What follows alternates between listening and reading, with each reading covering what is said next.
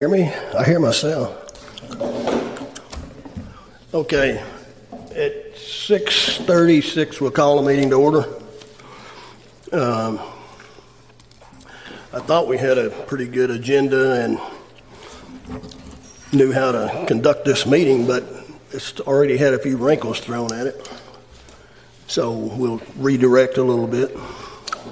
But I think that to call it to order, we've still got myself. Matt's not here. His kids have got COVID. Carl's not here. Janet is. Carol is. Larry is. Tom Leahy is. Jerry Scally is. So we've got a quorum to conduct the meeting. Okay, then we've got Tom Hallquist is here. Oswald, and then Shirley. Okay, so let's start. Did somebody say something? Just thought notice Matt's not here. No, he's not here. I already said that. Okay. Well, let's start with Pledge of Allegiance, and then we'll get into the rest of it. I pledge allegiance to the flag of the United States of America and to the republic for which it stands, one nation, under God, indivisible, with liberty and justice for all.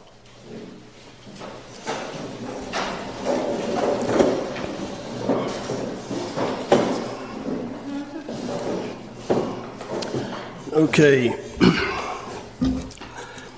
I'll go ahead and do the administrative announcements like we always do, and then we'll change the order a little bit. So if you wish to speak or ask a question, fill out the form on the reception table and place it in the questions or comments box on the head table. There's already some in here. There's already some from the website email. The chair will address questions or comments after the agenda is complete, normally in the new business section, time permitting. Meetings normally last about 2 hours. Wait until the chair recognizes you before you talk. Limit your comment or question to 3 minutes unless the chair specifically extends your time. Where two or more represent or share common interest, only one will be designated to speak for a total of 5 minutes. For a good cause, the chairman may extend the time limit. Speakers are not allowed to assign his or her time or any part of it to another speaker. A member of the public speaking on any matter shall confine him or herself to the question or matter before the board, shall not use unbecoming, abusive, or unparliamentary language, and shall avoid commenting on personalities or character of any board member, former board trustees, other officials, staff, or the public. The board reserves the rights to have the Clay County Sheriff's Department remove any individual or individuals who fail to meet this request. Address your question or comments only to the chairman and not to a specific trustee or individual in the meeting. Trustees can only respond to an individual if the chairman requests. A person who decides to appeal to any decision made by the board with respect to any matter considered at the meeting is advised that this time the same person will need a record of the proceedings, and that accordingly the person may need to ensure that a verbatim record of the proceedings is made, including the testimony and evidence upon which the appeal is to be based. The district attorney, district accountant, engineering advisory group may be requested by the chairman to speak at any time for advice, suggestions, or information. Board meetings are audio recorded and posted on the board website, www.lamsbd.com. Matt normally does that recording. This is being recorded. So it is being recorded? Okay. Thank you, Tom. Questions can be submitted in advance by email to district.secretary@lamsbd.com. To the trustees, all trustees, including board officers, must vote. A trustee with a conflict of interest regarding business before the board must declare that conflict with the chair before the vote. The district attorney may be consulted on this issue. If a trustee needs to leave early, the trustee needs to advise the chair. An important issue may need to be moved up for discussion earlier for approval and vote. Okay. Boom, boom. Now, just so everybody knows,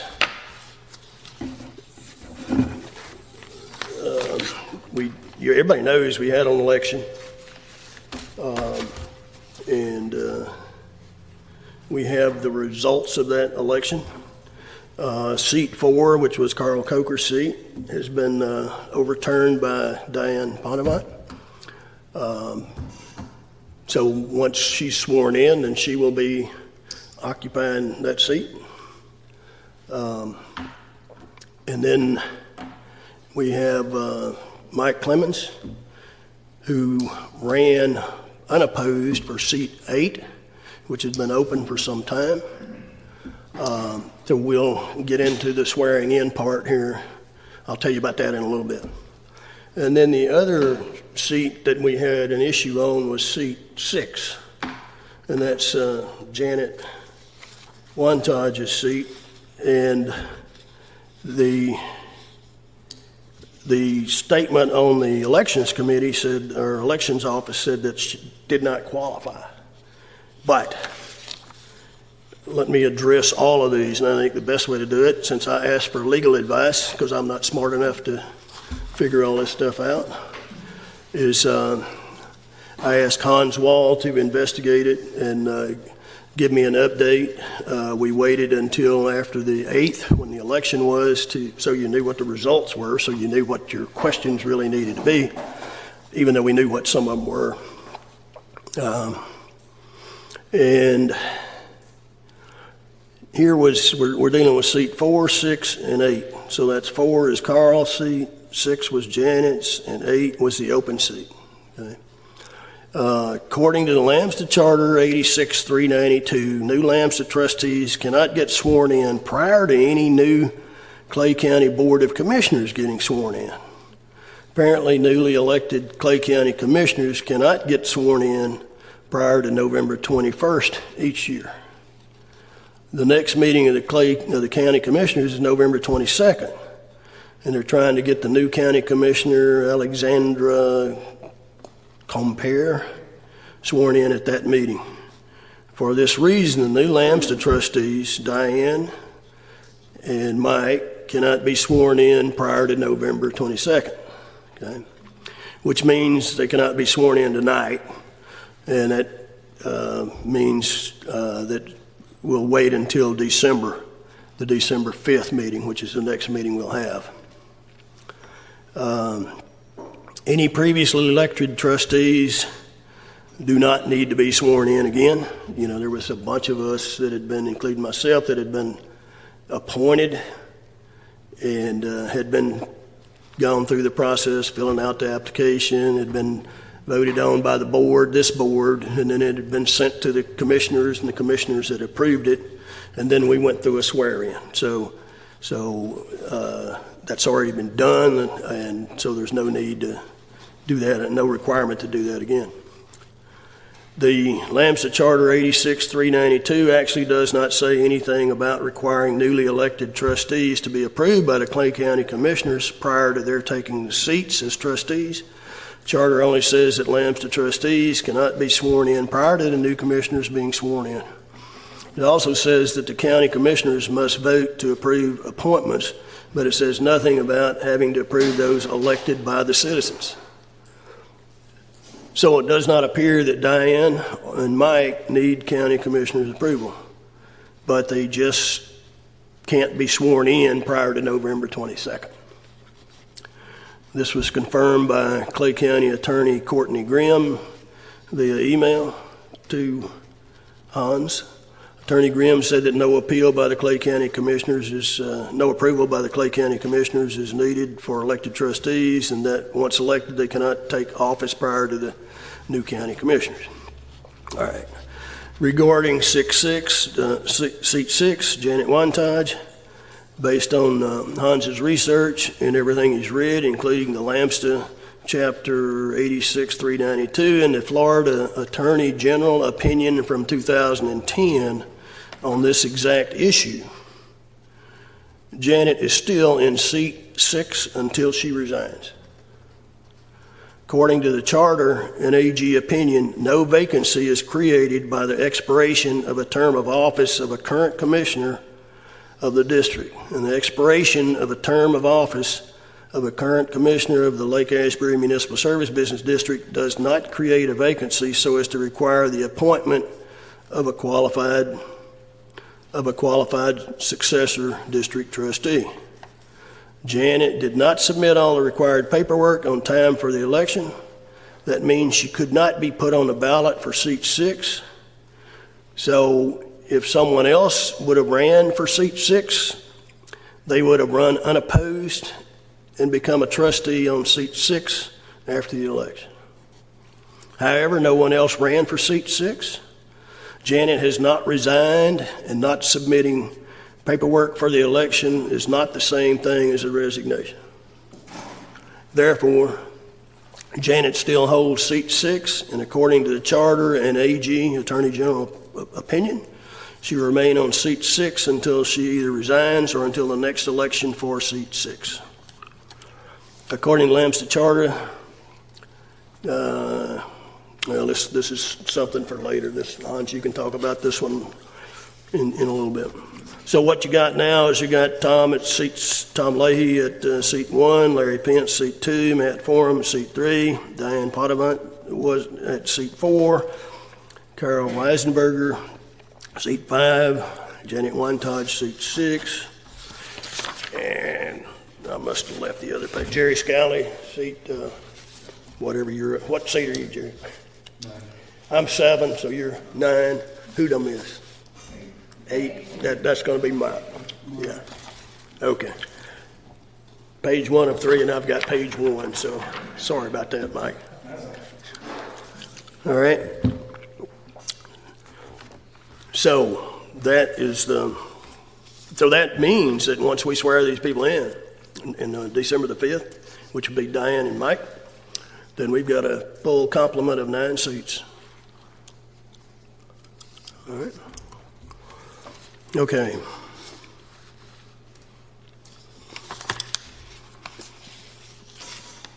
Now, let's go on to, on the agenda, we'll try to get back on track. Checking money market.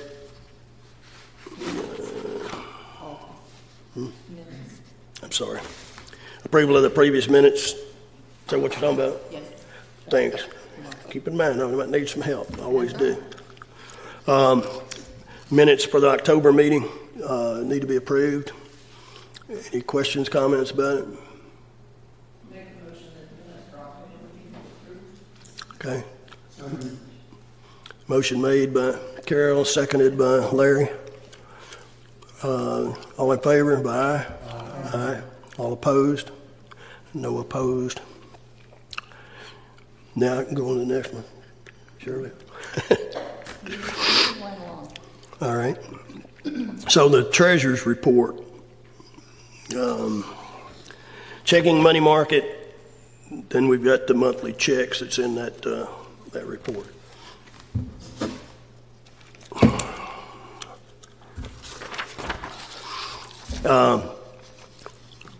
I could try to do this, but I think it would be better if I asked Tom to do it. I'll say that one of the problems we've got, and that's one of the reasons I wanted to go through this discussion about these seats and all, is, Carl's not here tonight, and that's okay, but we still have business to conduct. So Tom is trying to help me figure out how we conduct covering our $78,730.66 deficiency. Okay, so we'll work around that. But so if you'll help me with going ahead through that, Tom. Okay, the general checking account on October 1st at $3,942. We moved $40,000 in to cover the checks that were written, which totaled $39,318. The balance on October 31 was $46.22. The current checks this month are $38.09 for Shirley Phillips for $715.54, $38.10 for Cobb Gonzalez, $78.60, $38.11 Department of Economic Opportunity, $100.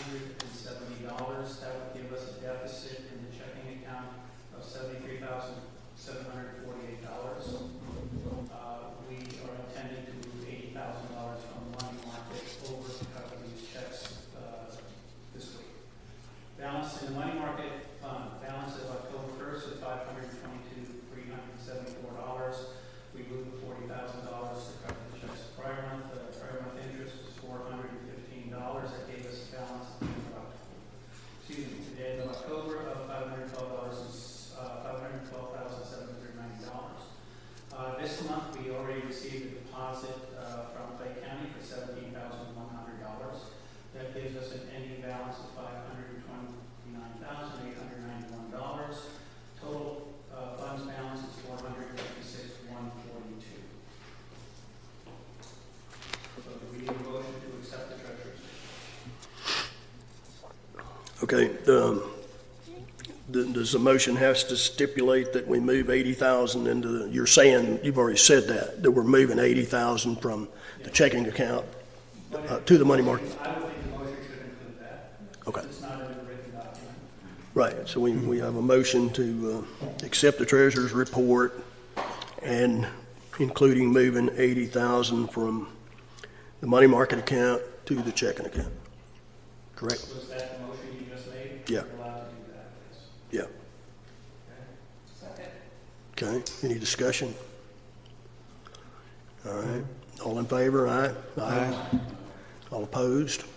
Okay, All right, now we need to approve the checks that start off from 3809 down to 3816, and the electronic funds transfer that total 370.66.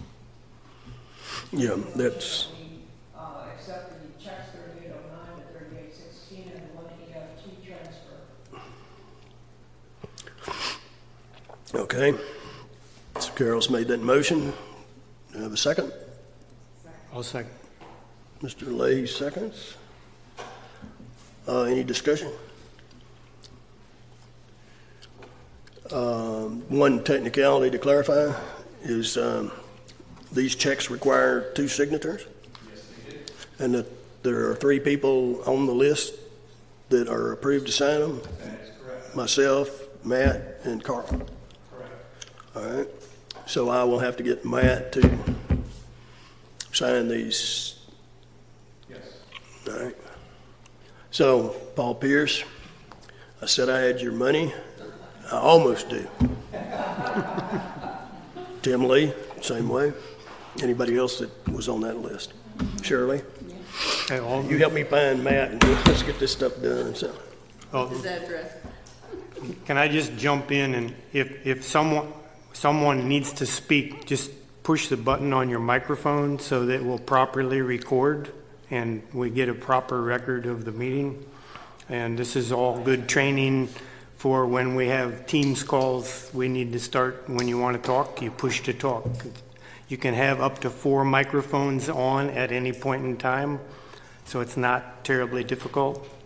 So that's a training session for the night. okay, so now, When it's Tom, red, it's on. Tom, you're going to have to do it again. You're going to, no, I'm joking. I'm joking. We're in training. We're learning how to do things. And if the audience wishes to speak, I stuck that one on the end of the table there. You're welcome to walk up and speak into that. When it's appropriate. Yeah, well, yeah. I'm sorry. Need a vote on the check. Okay, we need a vote on the check, so I clarified the signature deal. So, any more discussion? Nope. All right, all in favor, aye? Aye. Opposed? Nobody opposed? Okay. The last thing is the audit update. Yep, okay.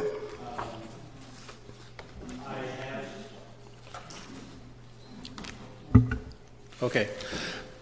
The audit update. I got the secretary's book from Shirley today on a flash drive. I will add the treasurer's book to that, and I will deliver that and the QuickBooks copy to the accountant later this week. And Okay. then now it's up to them to get everything done. But we'll have met our obligations to the point that we can at this point. All right, I'm not real clear on We why have you're to saying that. supply the secretary's book and the treasurer's book to the accountants, plus a copy of our QuickBooks file, for them to prepare and complete the audit. I will get that to them this week. Okay. That's all I'm saying. So Okay. as of, by Friday, everything is in the auditor's hands for them to continue to do the audit and to prepare everything for final signatures and everything else. Okay? Yeah, all right. Just a question, is there, Any requirements from Hanson Engineering on that audit? I think there is, probably.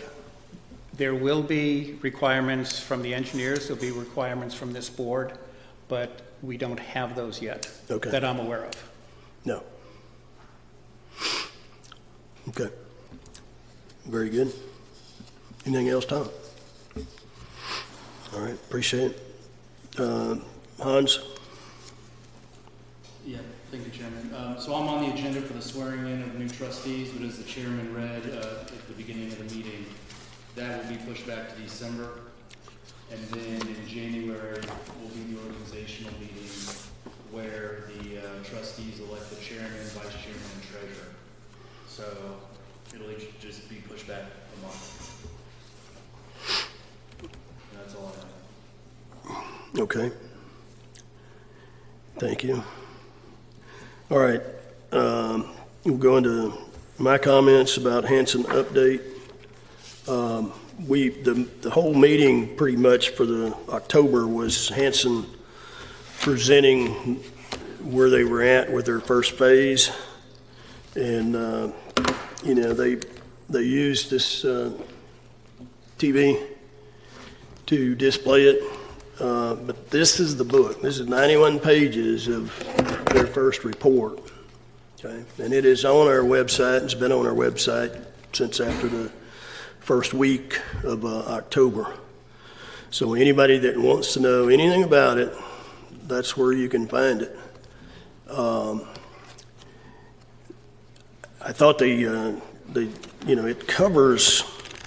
It's got what their 4 objectives were in doing phase 1, and it's got comments about all of those things. And that was the first step that we had agreed to. If you look back in the back part of that report, you know, there's all kinds of stuff too, including when we hired them and what the expectations were in the agreement and all of that. So if you wanted to know a good snapshot of where did we start, other than the request for qualifications, it was back in April.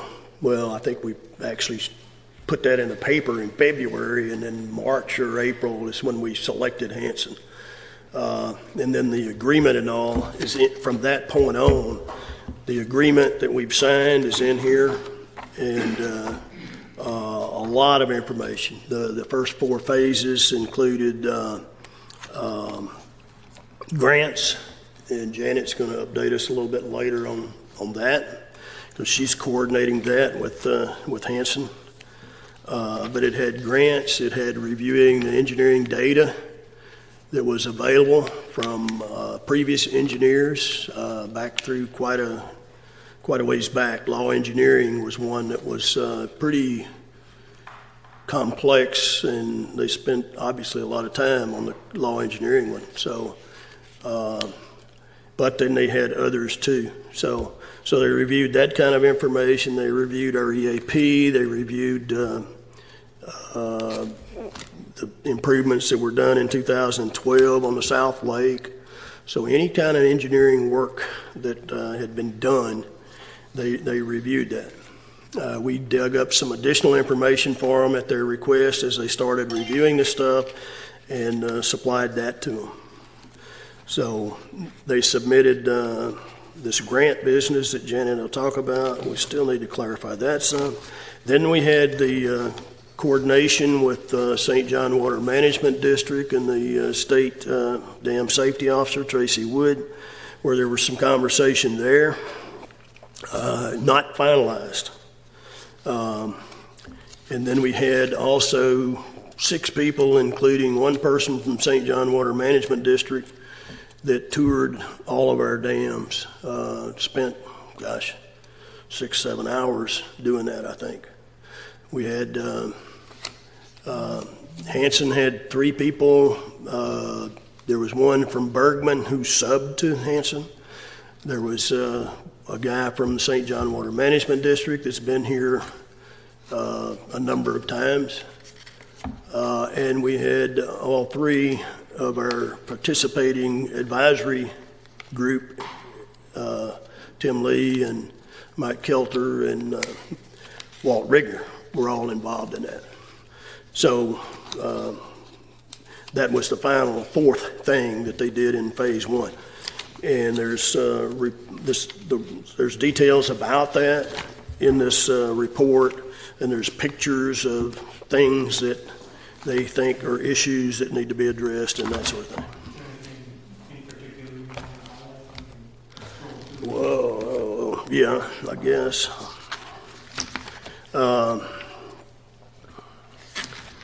Now, if you, not necessarily, there's a couple of things, let me find it here.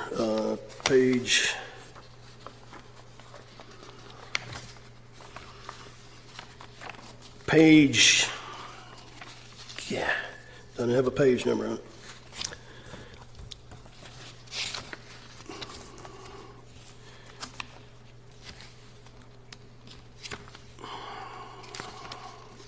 It's right after page 14, so it'll be the very next one after page 14, huh? It's a graph.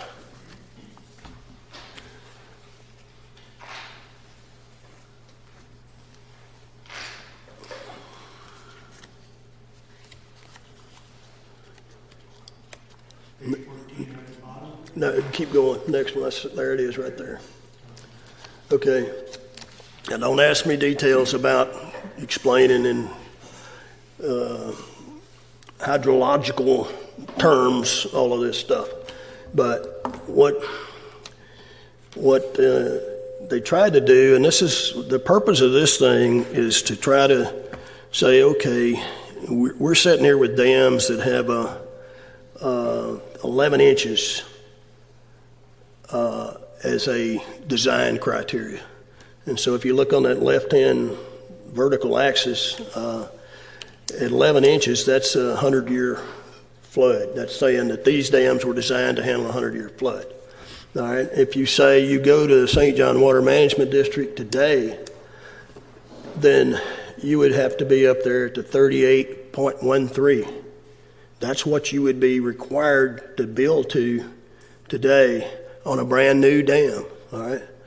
So where we're at is we have to present something to St. John Water Management District, they're the permitting agency, and say, this is what we think we need to make these upgrades to, and here's the backup information for why we're saying that. And then they have to approve it. Obviously, they'll get the state with Tracy Wood's group involved before they approve that. But that's what we've got to go through before we get there. And one of the points that Hanson was making is, if you look at that chart and forget about what the numbers are and all that stuff down at the bottom of, it talks about annual exceedance probability, and it's, God, Tom Leahy probably would know what all them numbers mean, but I don't. But if you look at the 0.5, then they think that that's where we'll wind up, somewhere in that range. But they have to do an incremental analysis to show the St. John Water Management District why they arrived at that number. You can't just pick it out of the air. You've got to have backup documentation to do that. But if you look at the rain events and chances of that happening, you might be able to get by with a little less than 0.5. So that's why they've got to do all this incremental analysis. So to say they're going to require us to go to the 38.13, that doesn't even make any sense. Just not knowing any more than any of us know, just looking at that chart, doesn't make any sense at all, does it? So that they have to put it in engineering terms and actually make the presentation to St. John Water Management District. Interestingly, that 47.10, that's a federal number. And so the St. John Water Management requirement is actually less than the federal requirement. And these guys from, particularly from Bergman, they know what other states have done and things like that. So they've got a pretty good feeling that we will be able to be at somewhere around 0.5, maybe less, maybe just a touch more. But until you get that, then you really can't start your design work. Yeah. So is Hanson doing that decision, or is that the St. Johns River Water Management doing the analysis that says we either got to go to 0.5 or wherever? Who does that analysis? Hanson does that. Hanson does it. So Yeah. do we know when they're supposed to get back to anybody with that analysis, so we know how we can begin to expect the next phase? Yeah. When would it be? It's in their phase 1B, okay? Did we approve that? No, they haven't submitted it to us for approval yet, okay? So we're but- waiting? I'm We're sorry? waiting? Yeah. They've had some difficulty getting phase 1B pulled together. He thought they would have it before this meeting, he being Brian Wozniak, but he's still working with their teammates regarding field work, which is survey and some geotechnical stuff. And what the thing that what it'll look like as far as scope, it'll be some more survey work. And the survey work, they're trying to go back to whoever the last group was. It was Southeastern Survey, something here in Jacksonville. They're trying to go back to them, and they haven't gotten commitment yet from those guys. But it would involve not just, hey, is the road level, or it's got a foot rise one end versus the other. It would involve like location of, and putting everything on the surveys of location of any water piping, which we know there's water piping there. Sorry.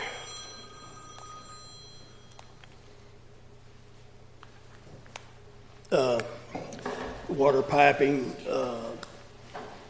and a number of things from a survey standpoint, including clarification of easements and, property lines and some of those sort of things that ties in with spillways and stuff like that. So there's some more surveying required. There's some geotechnical work, and they call it a resistivity testing to identify subsurface seepage locations and piping paths, a resistivity type study. If you remember, a lot of the concern from Tracy Wood's group and even our previous engineers and geotechnical people was seepage or water going around the pipe, and where you had the hard HD pipe, and then you had the outer pipe, and it was grouted, and they said, it's leaking and all this stuff. So that has never been put to bed. So that this would be a requirement to do that, and look at other places too, because we've got in their report that this 91-page report, they identified wet areas.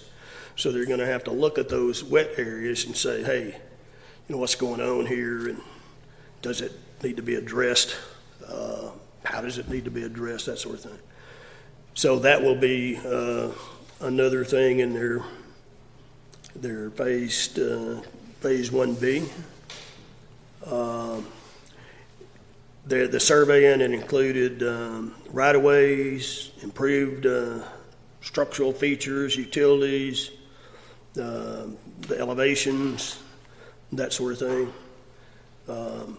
And then the other thing was the Bergman group to do this incremental analysis that deals with that chart again on arriving at hey, where do these lines get closer together and that sort of thing, and what to really ask for. We'll have to be involved in that too. You know, they won't just go say, oh yeah, we'll go between whatever that is, 19 inches and 38. They won't say we'll go halfway in between without our involvement in it, you know. Well- But they've still got to do that detailed incremental analysis too. So those three things were not in the scope of their phase one. So does that leave us in a position of not having approved them to do this work, and yet we need it done? They haven't gotten enough of the details to give us the proposal to do this work yet. So until we get that from them, then we can't approve it. So are we paying them weekly, monthly? What are we No, doing? we're paying them by the scope of what the phase one was. We still owe them money. There's a balance of, I don't remember how much in phase one. Now they've done additional work, including presenting this thing. What they did was we made sure that they caught us up through the end of September, because that was the end of our fiscal year. And so we had a good cutoff on the end of the fiscal year for what they had done in phase one. But we still owe them some money on the balance of phase one. But then this, what I've just talked about, is going to be in addition to. They'll have to bring that back to us and give us the facts and the figures and cost and. So I guess where I'm trying to go here is, when do we expect them to get that information to us so we can know they're going to move to design stage or whatever happens next? Yeah. Because, I mean, July's coming. We were given July as a date to have something done by. We have done a lot. There's no question in my mind that we've done a lot. Can you clarify that though? The July date when, I believe Cammie and that group said they wanted to see something done, and we have done a lot. I'm just wondering, do they expect us to have some sort of a design phase going? You're talking about Cammie Dewey from St. Yeah. John Water Management. No, I gave them, and I mentioned that a couple of meetings ago, that I gave them, I had a discussion with them, well, just with Tracy, but she had talked to Cammie, of what all has happened, like going back to fixing the valves and having a maintenance agreement on the valves and hiring Hanson and, you know, that sort of thing. And so I gave them a verbal update and followed up with a written update that I circulated to you guys. And that's been satisfactory so far. And I think as long as we show progress on Hanson, then we'll be okay. So I don't think if there was a July deadline, I don't think that's. Well, I think we've done a lot, but I'm very concerned that we're kind of stalled here waiting for something so we can get to the next phase. Well, yeah, and I'm concerned too that we need to submit, if we do a phase 1B, if we agree to do that, Yeah. then that gives you all the balance of the information to decide what these criteria are going to be that you're going to submit to St. John Water Management District for approval, for a permit approval. Right. And then they either approve it or they don't. You know, they could say, no, that's not enough, you got to do more, and, you know, then now you're into, okay, what are you going to do else? Or they could accept it, and then you're ready to start design work. And that's what we're hoping will happen. In a discussion, and I participated in a discussion with St. John Water Management District in this first phase, and they weren't committal. They weren't threatening, but they weren't committal to offering, well, we think that this would work or that would work, or, you know, they just were pretty non-committal. I was surprised that they weren't offering any more information than they did. But by the same token, they said, well, here's the way it came out, Carol, is you're not going to get by with a new permit that doesn't show some improvement of what you got. But that's as far as they would go,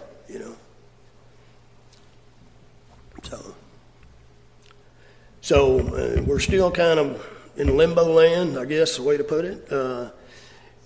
We've got to get them to give us their Phase 1B proposal, and then we've got to decide, do we want to, I don't know, do we want to accept it, not accept it, whatever. And then once that's happened, then you're pretty much off to the races. You're into the design work, and if you remember when the design, in their proposal in the design stage, they have to present stuff to us on a regular basis, and they have to give us more than, they can't just come out with one concept. They're supposed to give us more than one idea of how to do this thing. Plus, we've got Tim Lee and Tom Leahy worked on some of their own concept that I think, not by board recommendation, but I think Hanson has that. They talked about it some when they were on the tours and that sort of thing too.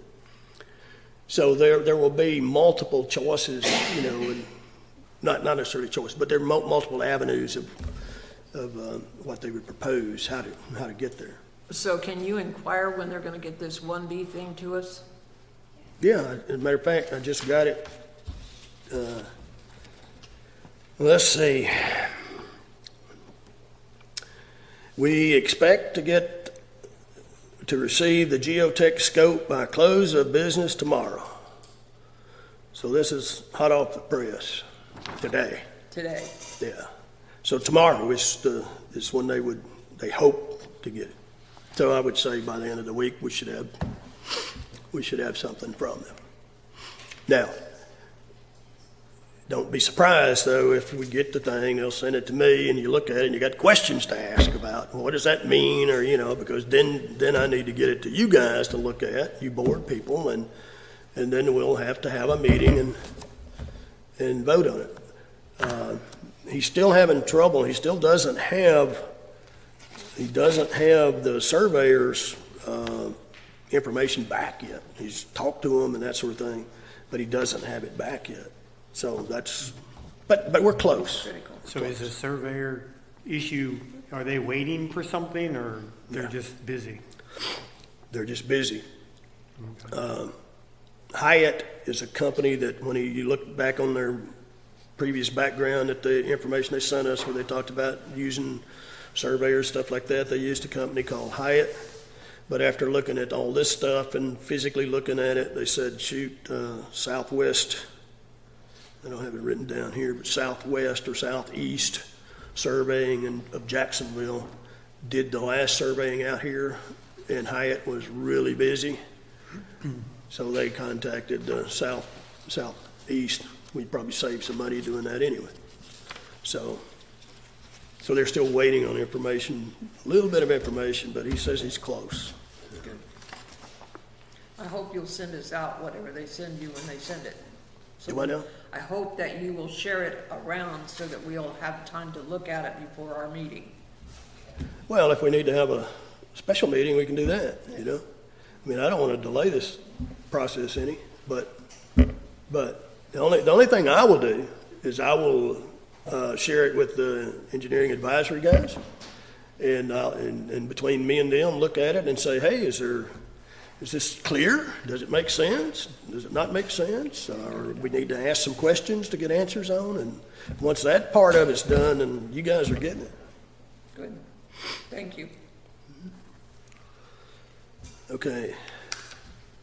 So that's what the real situation with Hanson is. I'd like to, Tom, go in another, I don't know, to page 21. 21? Yeah, that's the one that's got the dollars on it. I know they weren't ready to present that. I kind of pushed them, you got to watch it, I pushed them to give us some numbers. But then at the last part of it, I told them, I said, I feel like I'm putting too much pressure on you to give numbers. And they said, well, we'll give you some numbers, but And so that's the page that, you know, if you go scroll it down, Tom, to the bottom there.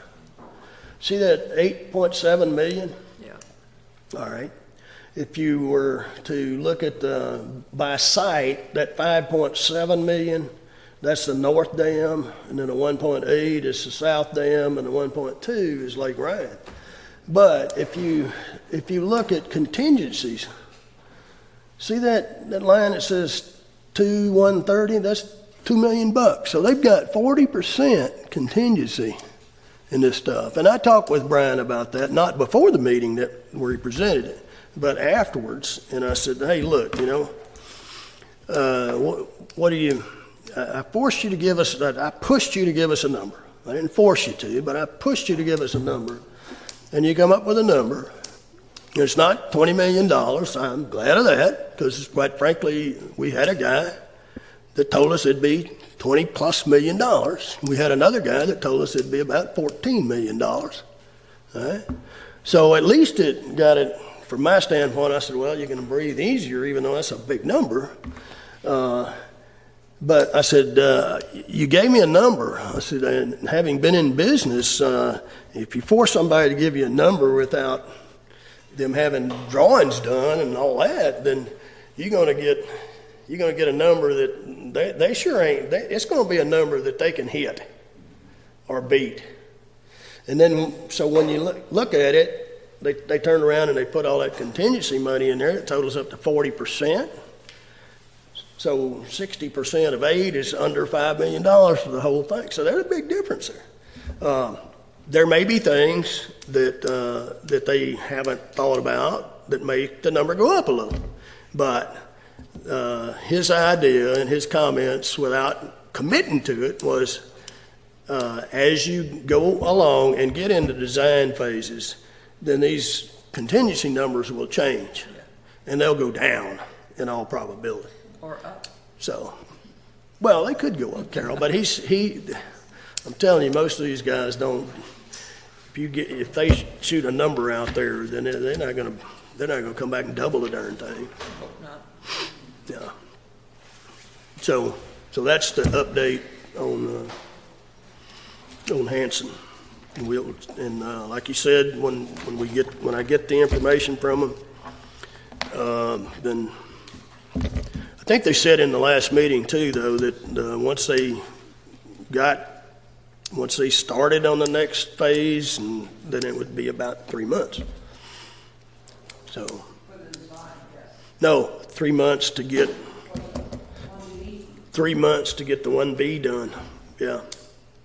And I would assume conclusion of 1B means you submitted a permit and got it approved by St. John Water Management District. Okay. How long, can I ask a question? How long will it take St. John's Water Management to come to an agreement on what the number is? What's the design point? You know, are they going to fiddle around for weeks, months, years? I don't know. I don't know. Okay. Don't know. So that's not in our control, obviously. The next conversation with St. John Water Management District, I plan on being involved in. I was involved in the first one. So unless that changes, then I'll be involved in those discussions, and I'll certainly try to find that out. It's a good point. Okay. All right. One of our other, that's it, I guess, for the Hanson update. Larry, I think we moved you up. Yeah, we did.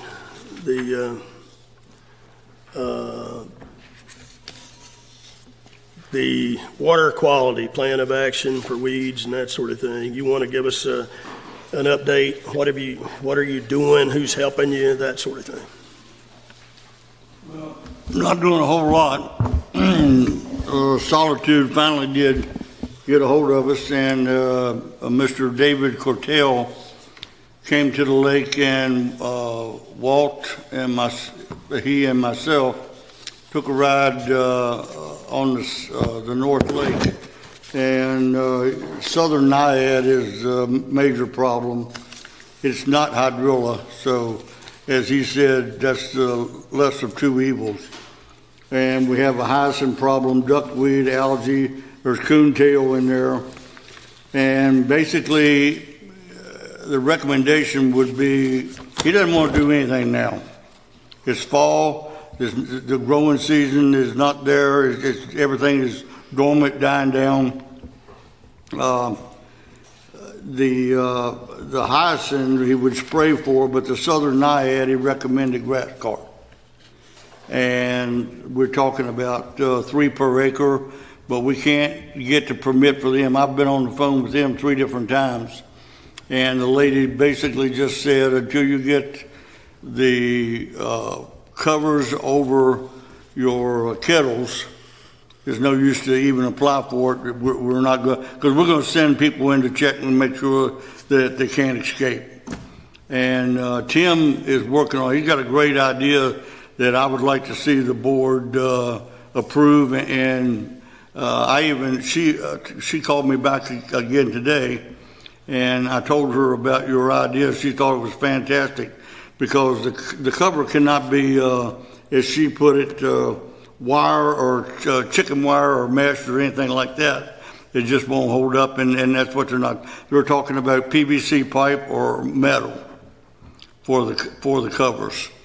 And Tim has a great idea that putting a metal cover over the discharge side of the valve attached to a long pipe, to where he can put it down and cover it up, and also retrieve it to clean it out. And I think it would pass, and it would also mean that we don't have to have a diver come in and approve that. It's another way of doing it. Tim could probably explain it to you better than I have. But then that was like 2 weeks ago, and like I said, David really doesn't want to do anything until he's going to give me a proposal on cost of the grass carp, cost of spraying, cost of different things, ways of taking care of the lakes. I haven't gotten it yet. He promised it would be shortly, but I haven't gotten the information from him yet as far as dollars and cents to bring it to you. This is what it's going to cost. Then I got a phone call from Josh Lundy, who just left another company, and he's a local guy. He's coming next week to go over and also give me another quote. So that's where I stand. I don't want to tell anybody that it is what it is until springtime, but pretty much, unless you want to get out there like I've been doing and raking it up yourself, getting it out in front of my boat dock, we're wasting our money to do anything until springtime. Are we talking just the North Lake, or both lakes, or all 3 the lakes? South, believe it or not, the South Lake, and Michael verify this, the South Lake does not have the grass problem that the North Lake has. It's just not there. It's a lot clearer, although if you're ready for this, and Michael back it up, the water samples, the visibility on the South Lake is 5 to 6 feet, 5 feet, when they lower it down to see how far down in the water you can see, with no grass, no weeds, no problem like that. In our lake, where everybody's seeing all this trash and everything, it's 11 feet. 12 feet, okay, excuse me. It's 12 feet. Yeah. Oh, lo and behold, grass does clean things up, doesn't it? But anyway, that's why I want a management company to come in here. I don't want to happen what's happened before, where we stick so many grass carp in there, they eat it all up, you have no vegetation, and then you get the algae and everything else that's coming into your lake. It's got to be some grass, some vegetation for filtration in your water, and have the carp also in there to eat it up, and to where it's just not a major problem. But you're going to have it in the lake. You got to. There's just no ifs, ands, or buts. If you want a quality lake to swim and boat and everything else to do in, you have to have vegetation.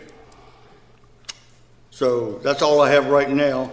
Like I said, the next meeting, I've been promised to have some dollar figures on cost of the carp, cost of the spraying, cost of a one-time cleanup of the lake, and also a yearly thing to where they would come back every year or every couple of years and just manage our lakes.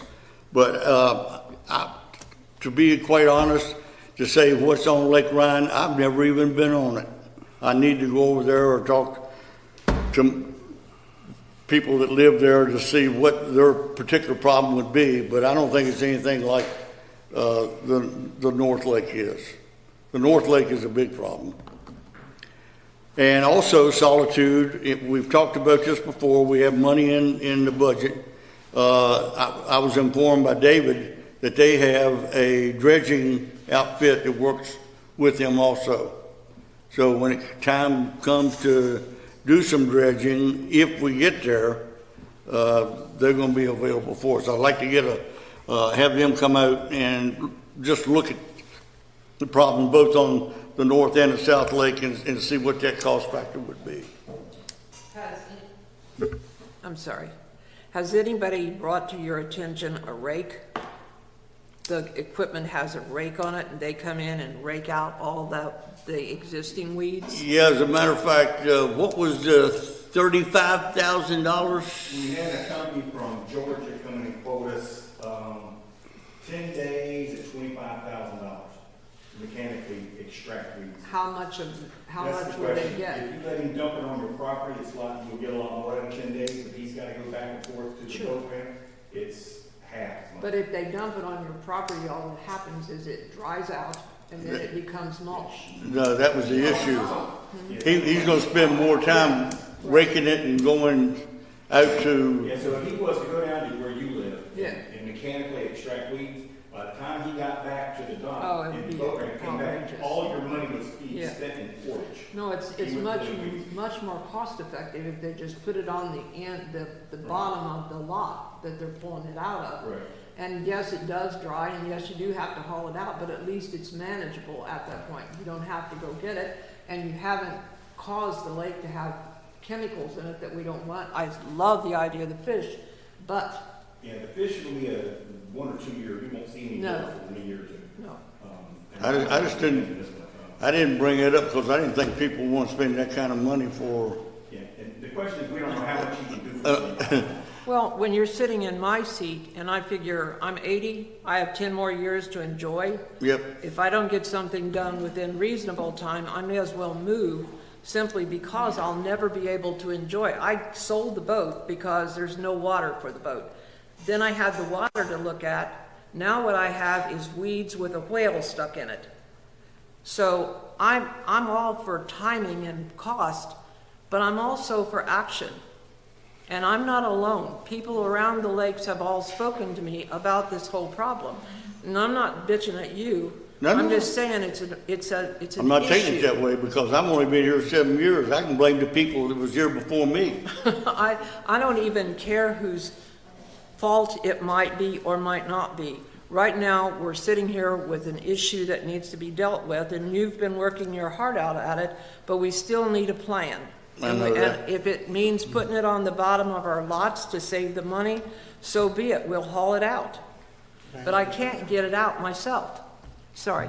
Would it make any sense to talk about an interim, if we drew down the lake, or is there an event that we can plan that makes sense to draw down the lake? Would that help the mowing, raking, Oh, I don't know about logistics? that. In my finger, there's so much muck that you can't get out in there to do anything with it to begin with. Down on Dawn's end, it's totally Yeah. solid. You can walk around on the dirt down there at her deck or dock. Where I'm at, it's mud and you sink. So, I don't know. I don't know what the Yeah, I'm answer just is. throwing that idea, but, because I know up north, when I lived up north, the particular lake. They draw them down every year. Oh, they have a terrible weed problem, especially with these neighborhoods with septic tanks that haven't been taken care of, and on and on and on. But they would have these floating rakes that would have Yes. a little conveyor that dump it into another barge, and they'd have an empty barge waiting, and they could rotate the barges out, and it was all very efficient. I don't know if this lake's big enough to warrant something like that. Well, and the cost might be so high that Yeah. it really, we don't want to break the bank while we're trying to do this, because our main objective here is the dams, but still in all, it's hard to look at somebody and say $2,400 a year and not be able to look or use the water at all. And it's been that way for 5 years for me. So I'm tired of it. I'm not disagreeing with that at all. Yeah, I would think we could reach a happy Now, medium. you made a good point though, Carol, and I'm that's, so sorry. you made a good point that's worth mentioning, or I feel like I have to mention it. And that is, we don't know, our priorities are, number one, the first one is the dams. Because if we don't do something with the dams, then, we may not have them. I agree that that's All the right, first so that's got to priority. be the first priority. But And I we don't know yet Yeah. how much that's going to cost and how we're going to fund it and all that sort of thing. I don't agree. So that until we get to the point where we know that, I personally don't know how we can commit to doing some of these other needed projects. We are committed by our charter to take care of the lakes and the dams. And that included the weeds and the mulch and the muck that flows into our lake. Well- I know we're working on it. Okay. But what I'm saying is, I think we have to do some planning, because people are gonna get, like me, are gonna get pretty upset, and I'm not upset at anybody in here or you or anything else. I'm upset that for 5 years I've been looking at nothing but mud and muck and weeds. Agreed, but I'm gonna say this again. I feel like that this board's number one priority, beyond any doubt, is fixing these dams. But All we right. know we're gonna have to borrow money for that. We don't know the answers to what the engineering thing looks like. We don't know what the grant thing looks like. That's We true. don't know enough to decide what we're going to do past fixing the dams. I agree, but I think that there's. But we know that we've got to do something at some point in time.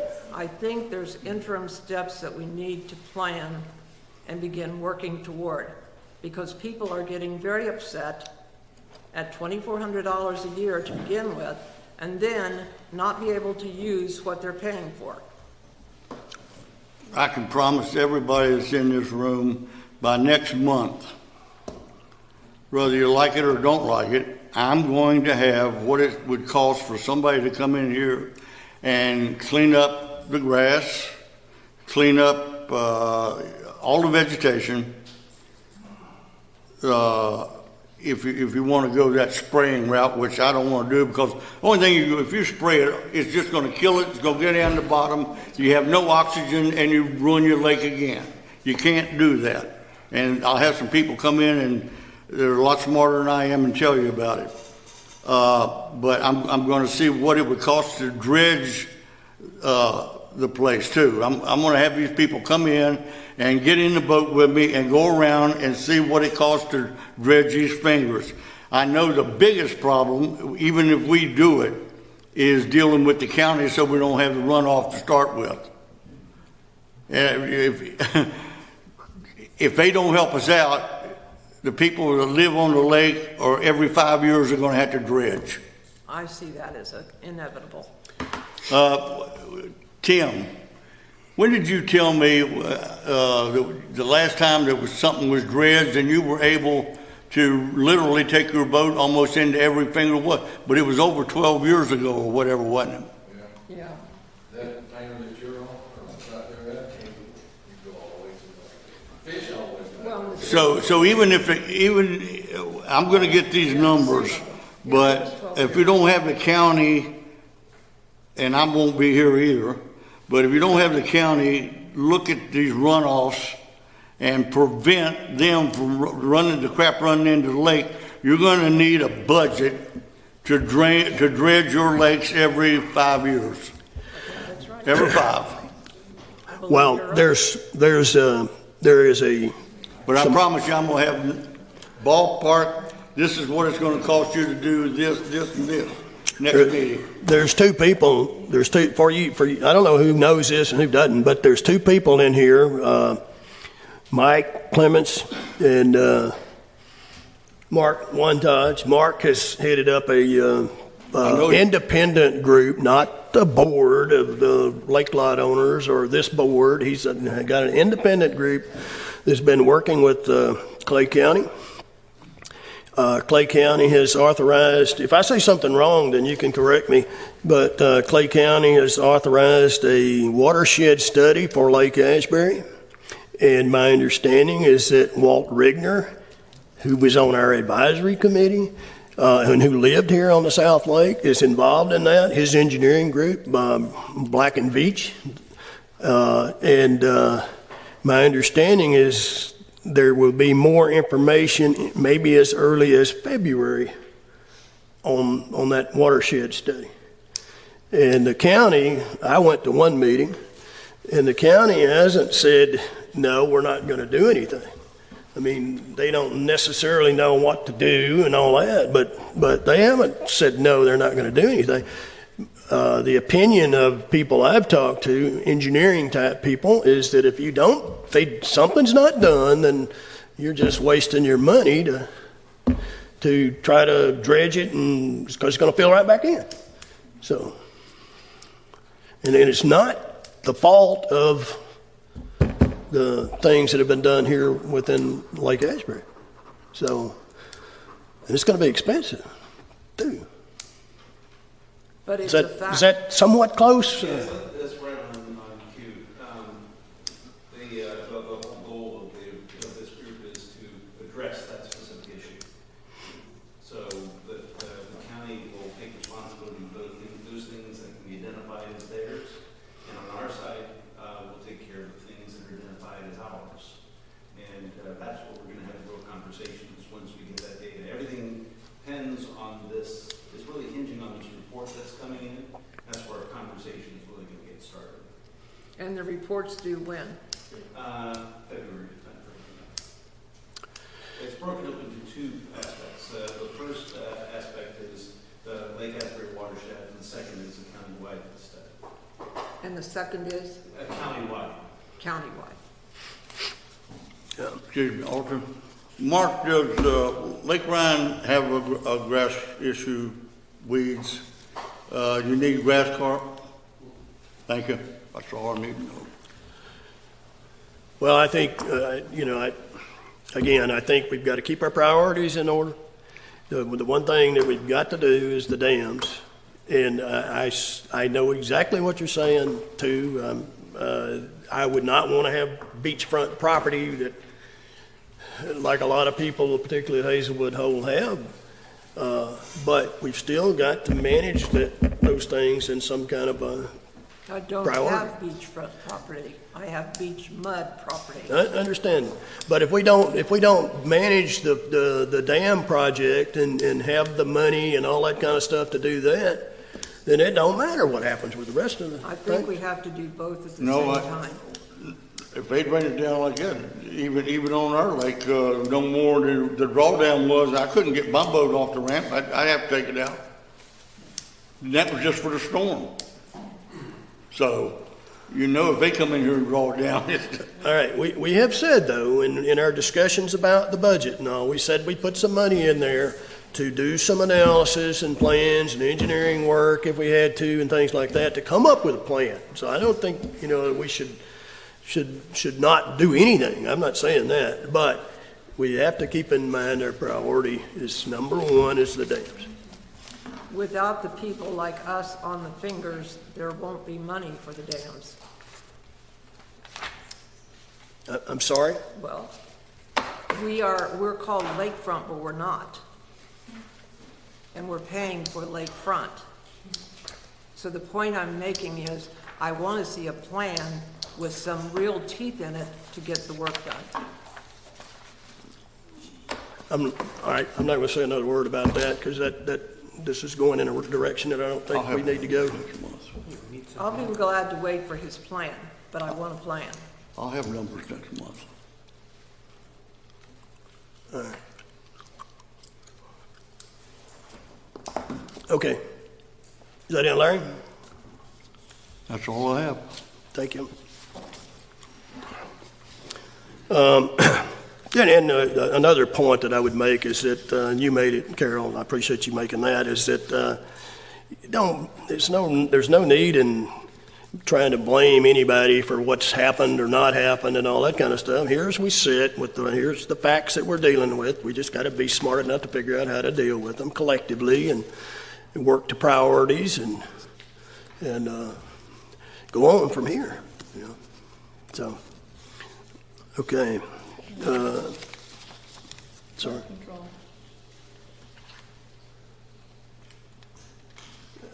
Yeah, that's the next page, right? Flood control, Vice Chairman Forehand, he's not here, so we won't, he had given us a draft on drawdown procedure and that sort of thing. We've had 2 drawdowns in the last month, and Mr. Lee and he has a contract that deals with any time lakes need to be drawn down. He does it. He repaired the valves. He probably knows more about the whole sequence of events as far as how when you open certain valves, certain amounts, what happens and all that sort of thing. So we've had some discussions with Matt, even after he presented his last protocol of drawdown, and that thing still needs some modifications to it. So we're not going to, Matt sent it out to you guys again and me after when we had the last hurricane. And all that last hurricane did is just emphasize some deficiencies in that plan. I think we need a plan. I think we're not far from having a plan. But what's written down right now for drawdown is not going to work. We need to vote on No, we're not voting on it because it needs to be modified some more. One thing that you might put in the notes, Shirley, for an action item to do, though, is the EAP plan was what Matt was working on also, and that's kind of, he's focused on the drawdown procedure, but we've got to update that EAP plan because it's still got Mark McMillan as the head guy. Now, Mark, I'm sure, would handle it. He probably don't want to, but if the state, the county emergency people start looking at our procedure and we have a hurricane, or it's not just having a hurricane. It's like you have a hole in the dam now. Or you overtop a dam or cut through it or whatever. That triggers your EAP. It's not driven by a hurricane necessarily. So that thing needs to be updated. I think Mark would appreciate it if his name was taken off of it. I still get phone calls. I don't doubt it. And I'm always forwarding Yeah. your name. Yeah. Gladly. Gladly. I'm so happy you do. So that, and I say that to you, Shirley, because there is a copy that the district secretary had that you could edit. So you need to make sure that you have access to that. Okay, I'll check. I think I'm pretty sure you do. Because back when Matt first took this over, we did some checking, and I think it was discovered then that, yeah, it's there, so. Okay. We went to Carl. Carl's not here. Let's see. There was a bid purchasing policy that's been looked at a few times, and I would personally like to look at that again, so I would delay that till next meeting. I think it was drafted after the counties, so it's probably not anything that shouldn't be approved, but still, I think I would rather look at it one more time, and since Carl's not here anymore anyway, then we'll delay it till the next meeting. We'll have some new board members too, so they'll need to look at that. Well, I guess we technically got to wait till they're sworn in, don't we? So that means that we'll have to move it to January, because they need to look at it and review it first. Unless there's any objections. Okay, Mr. Leahy? Push a button there, there you go. We had, I think the contract for mowing is up for renewal. I've been busy, but I want to itemize exactly the tasks that he is charged with as far as things like picking up trash and some of the piping and some of the things he checks for us or clears. And I've got a draft copy. I just need to get with Carol and review from a contract point of view on that. And I think we can proceed with a renewal. I've talked to Chad. He says he doesn't see any need for a price change. So I think that's good news. And I'll try and get that prepared for the next meeting. Can you look at it, at one thing that was a nuisance to Tim Lee in particular was apparently when we had the hurricane the end of September, he hadn't mowed in some time and the darn stuff was high, and apparently he was waiting on he apparently had used all of the mowings that he had available to him or something like that.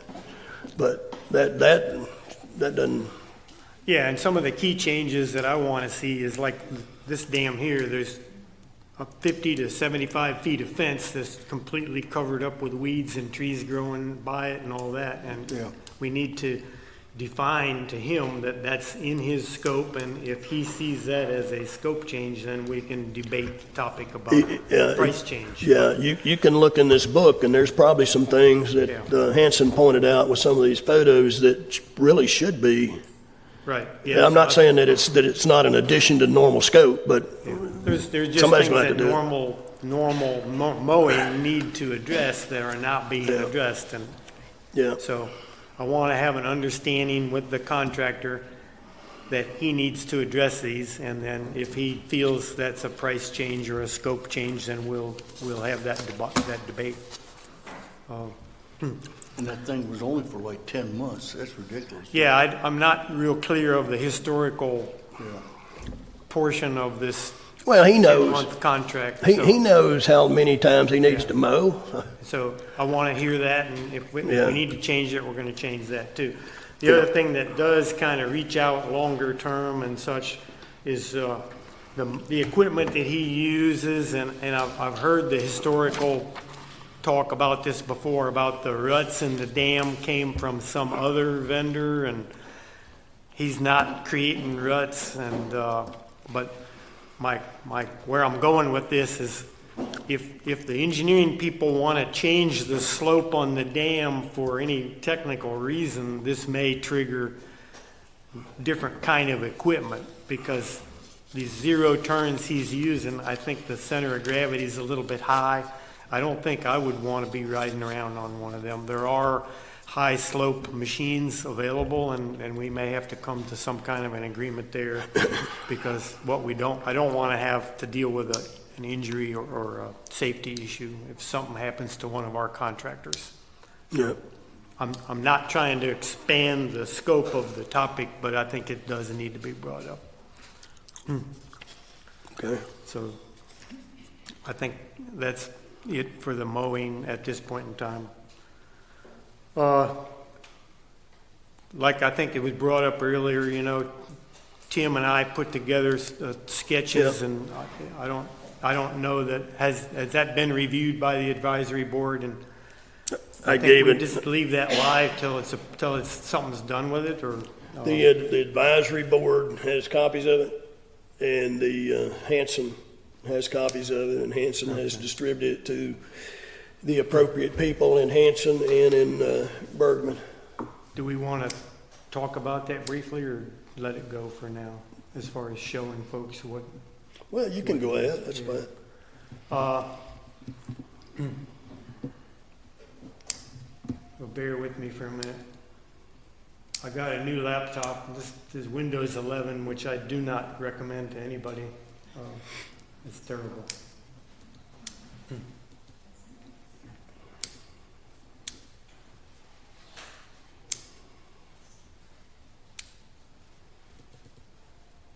So we put together, get it to open. Where you have it open, that's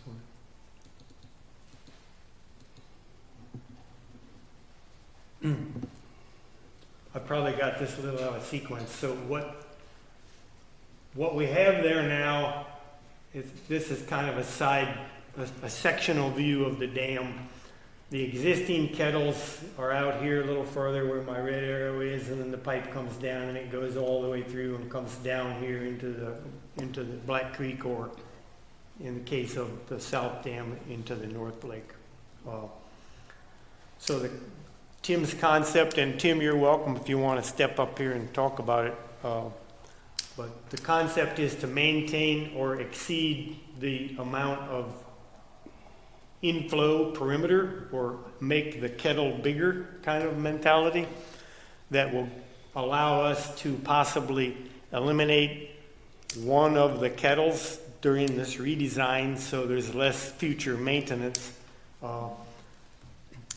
and make it at a higher elevation so it's not so maintenance intensive in the future for people. So this box that Tim had come up with looks like this. It has a larger edge. It's got 32 lineal feet of flow, which gives you plenty of water coming in for in a heavy rain or in a hurricane situation. Right, we're dealing with about 17 foot right now of overflow. So this basically doubles that. So, and that's what Kevin Dewey had said in a conversation I had with her, that's what she expected, was to increase our overflow and to increase the size of the discharge valves to where we can move more water quicker in case we needed to. Yeah. And You would. this box doubles about everything in size. And actually the discharge pipes will go on the surface of the downslope, not in the downslope, it will come through there, so. Mhm.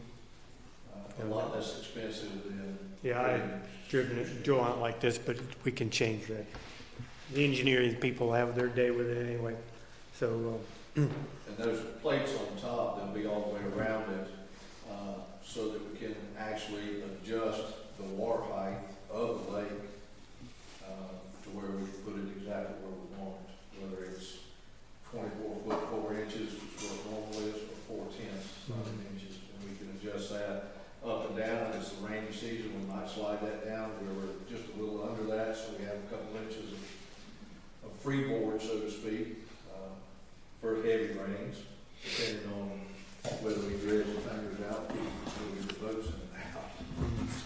But it's a lot less expensive to build something like that, make it all out of stainless steel, so you don't have to worry about any rust or corrosion or any damage to it, it should last forever.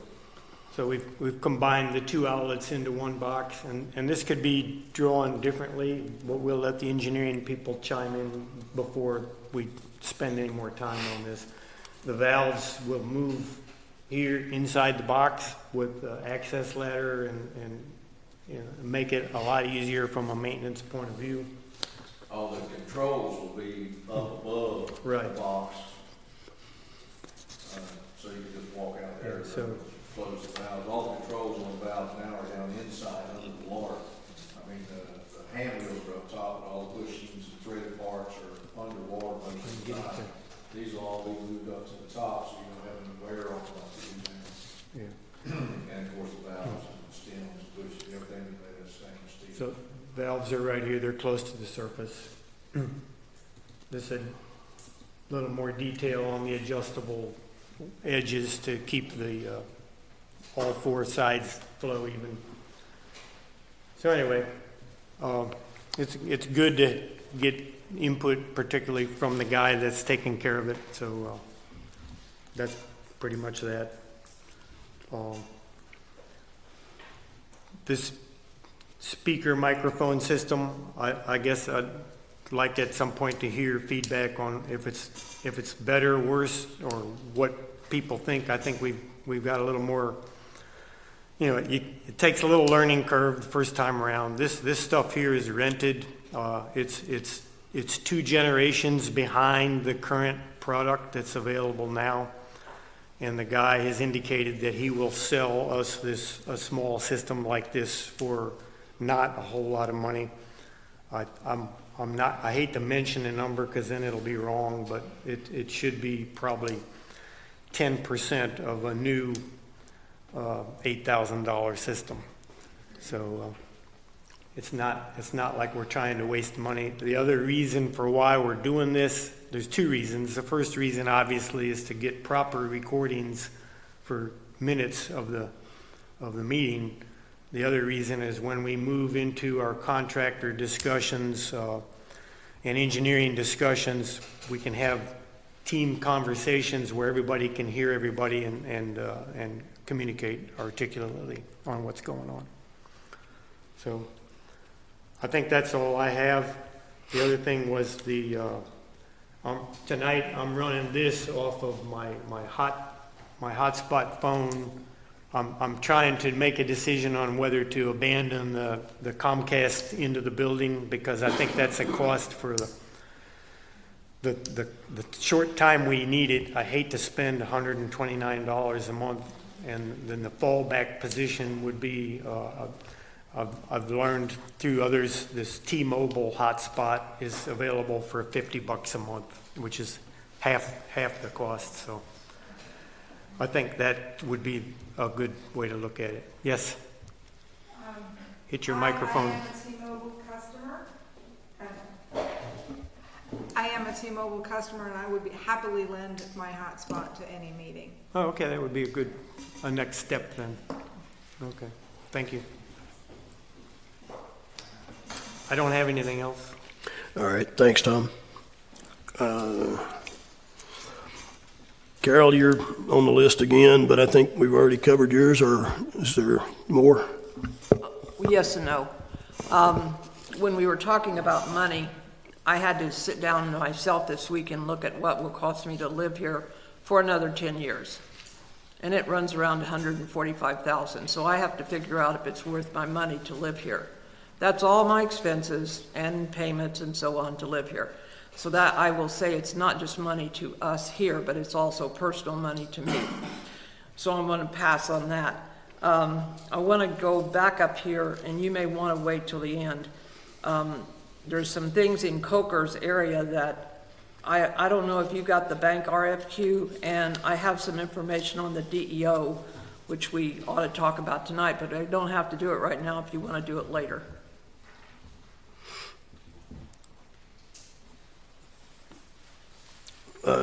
I think we should go, let's go on to Janet and get some grant update, because I think that's, and as far as before she talks, we need to put, in my opinion, we need to put Janet in, like right in with the Hanson update. So put her either right after it, that's probably the best place to put it, because that all is tied together. And now we've sat here and talked about Hanson and what you do and all this kind of stuff, and then now we're going to talk about money to pay for stuff with. So, Janet. Yes, sir. Okay, we have a lot that is happening, but it's small steps. Can you, I don't know that, does that sound good enough to you guys? She or- needs to turn the microphone to herself. Yeah, get it closer to you maybe. Okay, how's that? Now, it's small steps that are happening right now, but they're going to lead to a lot larger steps. We were trying to meet with Representative Kat Kamak before she was no longer our representative. However, she is now not our representative, so we are trying to set up a meeting with Aaron Bean, who is our new U.S. representative. The LMS is coming up on December 13th. We have several of our projects on there, but the board, if you wanted to put some other projects on there, we could, under our Lake Asbury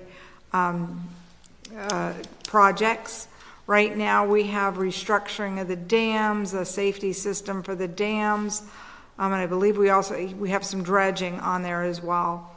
But as a board, if we wanted to put a couple other projects on there, it's not going to change our number. It's not going to do anything. But if money came available for that specific project, we would be in a prime position to be able to accept that. So what I would recommend putting on there is some of this water quality and doing maybe some water quality testing and some tracing of where the runoff is coming from into our lakes. But that is a board decision. What goes on the LMS is a board decision. Do you have a current list with a description of whatever the items are? I think there's 9 or 10 items, aren't there? There are, yes.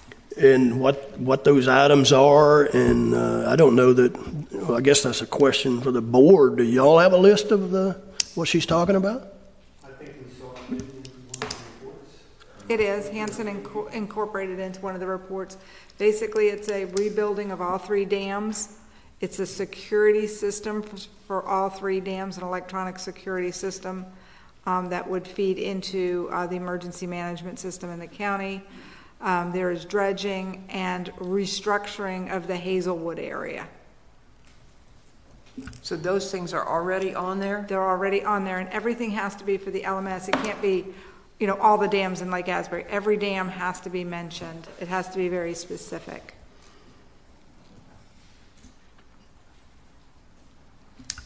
So it seems sort of elementary to say that you need to add the water flow and weeds to all of that, but I mean, it sounds almost like you've covered it. If we don't add it in a specific manner, Then it might get overlooked. then it could be overlooked. There's a lot of environmental type money coming in, a lot of infrastructure type money coming in, and if it just happens to fit that little peg, that little niche, we could be the recipient of the money. I assume those are different than the 11 items that Hanson put in their report, or not? Are they, is there overlap, or the same thing, or what? It is the same. It should be the same for the LMS list. So how do these get into your wheelhouse? How do these things, like electronic, where did that come from? Who put it in, and how did it get written? And What we used was several years ago, we had a listing of things when we had a previous engineer, a listing of things that needed to be done to the dams and in our area. And so those items came directly from that particular engineer. What engineer was that? So that was the Tukoi.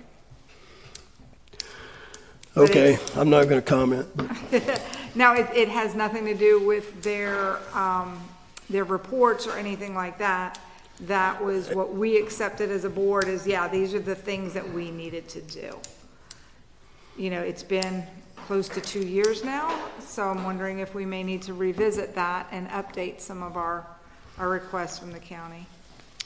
Well, we've hired another engineer since then, and they're working on grants and all that sort of thing too, so. Yeah.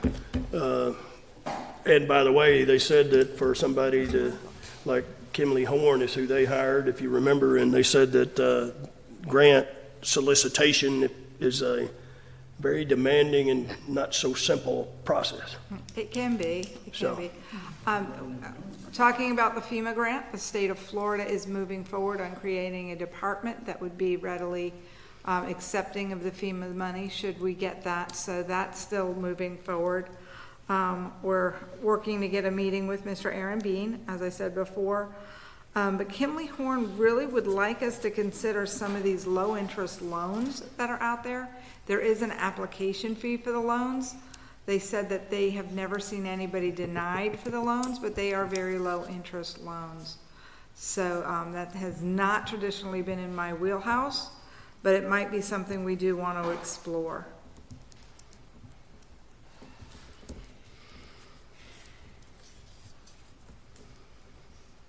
so are they lower interest loans than the bank would give us, or? do They're we from have the a federal number? government. They're loans from the federal government. Okay. Tom? Right now, we're going to be getting about $2 million in the $2,400 assessments coming in the next year. We have no projects online. All we have is what we're going to be spending for the engineer in this next year. I don't know how much that's going to be, but I'm quite sure it's not going to be anything close to $2 million. So at this point, while I think it's an excellent idea to keep those on the list and keep refreshing it, I don't think we want to pursue any of them right now because we don't need the money. We'd be borrowing the money to pay for what? We don't have anything. But as soon as the projects start, that's when we might be able to use that money. So I think you should keep it on the burner, but just a little bit off to the side, in my opinion. Maybe if we got more information on those type loans, at least we'd be educated, so when it is the right time, it'd be good. But back to the thing you want to add to the current offerings that we're asking help on through the grants, is there any reason why we can't just add those two things? I mean, it seems like it just broadens our scope so that if it comes available, it doesn't appear to hurt us in any way. I would recommend adding them. Can you make a motion? I make a motion that we add to the LMS that we need dredging and we need weed control in our lakes, and to add those two projects to the LMS list. I second it. Okay, motion, second, discussion?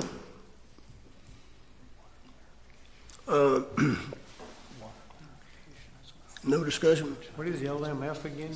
I'm not current on all your abbreviations. I'm sorry, can you say that again, Tom? The LMF, what does that stand for? LMS, Local Mitigation Strategies. Oh, Okay. So it's we meet quarterly, and we talk about all the projects that the county needs to have done. The county themselves are the ones who are writing for the grants, and when they get something, when they write something that fits on the list, then that particular project gets funded. When you are higher on the list, the propensity for getting funding is better than if you're lower on the list. Like, for example, one of the first things they're gonna fund is some hurricane windows and shutters for the sheriff's department. That has nothing to do with what we're doing. So if they've got some grant that's environmental, it's not gonna go to the sheriff's department first. It'll fall down that list until the first thing comes up that's environmentally based. Does that make sense? yeah. Sort of, yeah. Can we add water clarification to it? We can add anything.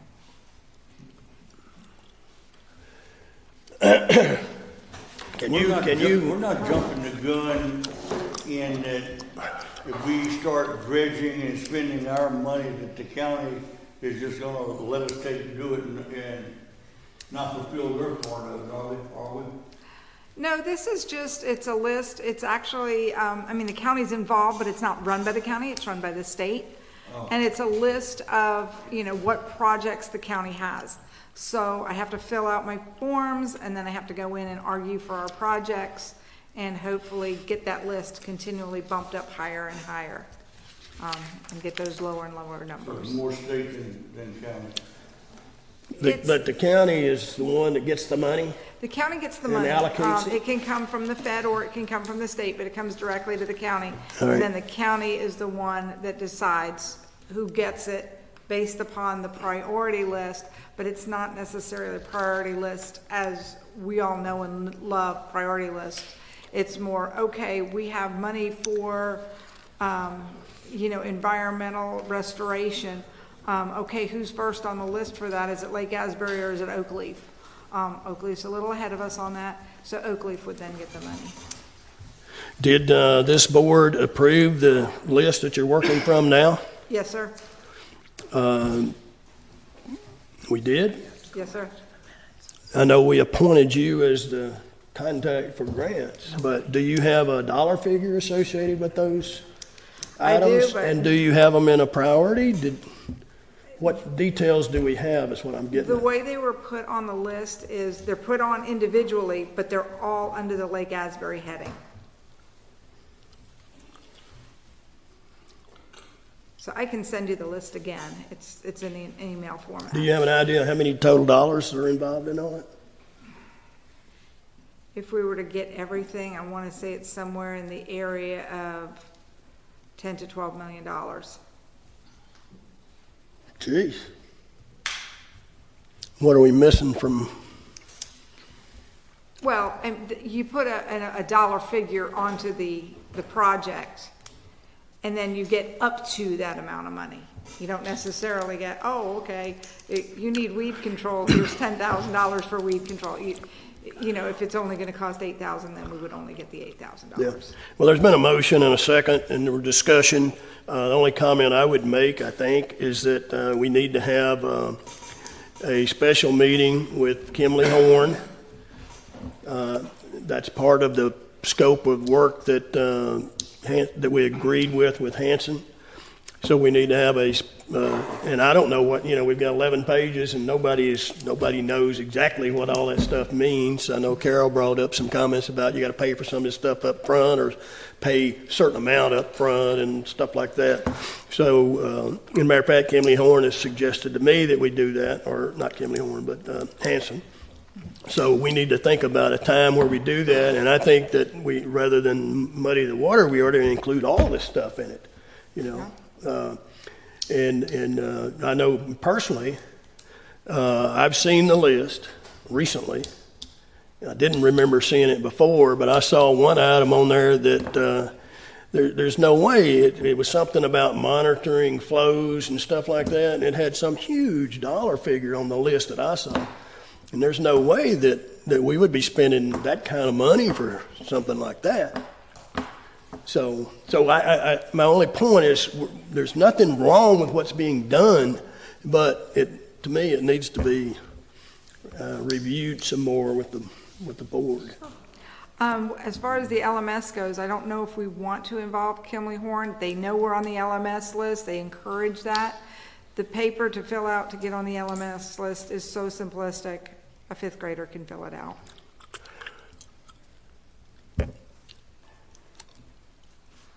I would hate to burn one of those 4 grants that we've allotted for on something that's so simplistic. Well, let's go ahead and, the more stuff you put on there, the way it sounds to me, the better off you are. So I would say if there's no more discussion, we go ahead and vote on adding those few things that Carol mentioned. We're adding weeds, dredging, and water clarification. All right. So any more discussion? All right. All in I favor? don't know enough to discuss it. Yeah, I don't either, all in favor? Aye. Opposed? All right, so it carried. But some way we need to have another discussion, and I don't see how we can separate Kimley Horn. We signed an agreement with Kimley Horn, and they're supposed to be getting grant money for us, and if they don't get grant money, they're probably going to back away. They know we don't have money to be, that was one of the reasons they put grants in there. So I think we've got to combine all this stuff, and at least from an awareness standpoint and a prioritization standpoint, and reasonableness standpoint. Like I was saying about that flow stuff. Gee whiz, it was several $1 million. I know the list that we were given. When you looked at the list, there were several of those grants that you just had to question why they were even on there because it didn't apply to what we're doing out here. So maybe if Kimley Horn would just give us a more in-depth explanation of what that grant really covers. It's like sewer control or something like that. Well, we don't have a sewer problem out here, at least that I don't think of we do. But there were some things on there that just didn't seem to apply. Now, that's not on the LMS. No, not on the LMS. I'm talking about Kimley Horn. Okay. I think the LMS sounds like it's very located to what we're trying to do. It is. It's not independent of what we're trying to do at all, in my opinion, it's because you're trying to engineer a system. Yes. And then you want funding for that engineered system. Whether it comes from the county or whether it comes from other sources that Kimley Horn was looking into doesn't matter. It's dollars. Dollars that take away from the $2,400 that people are having to pay.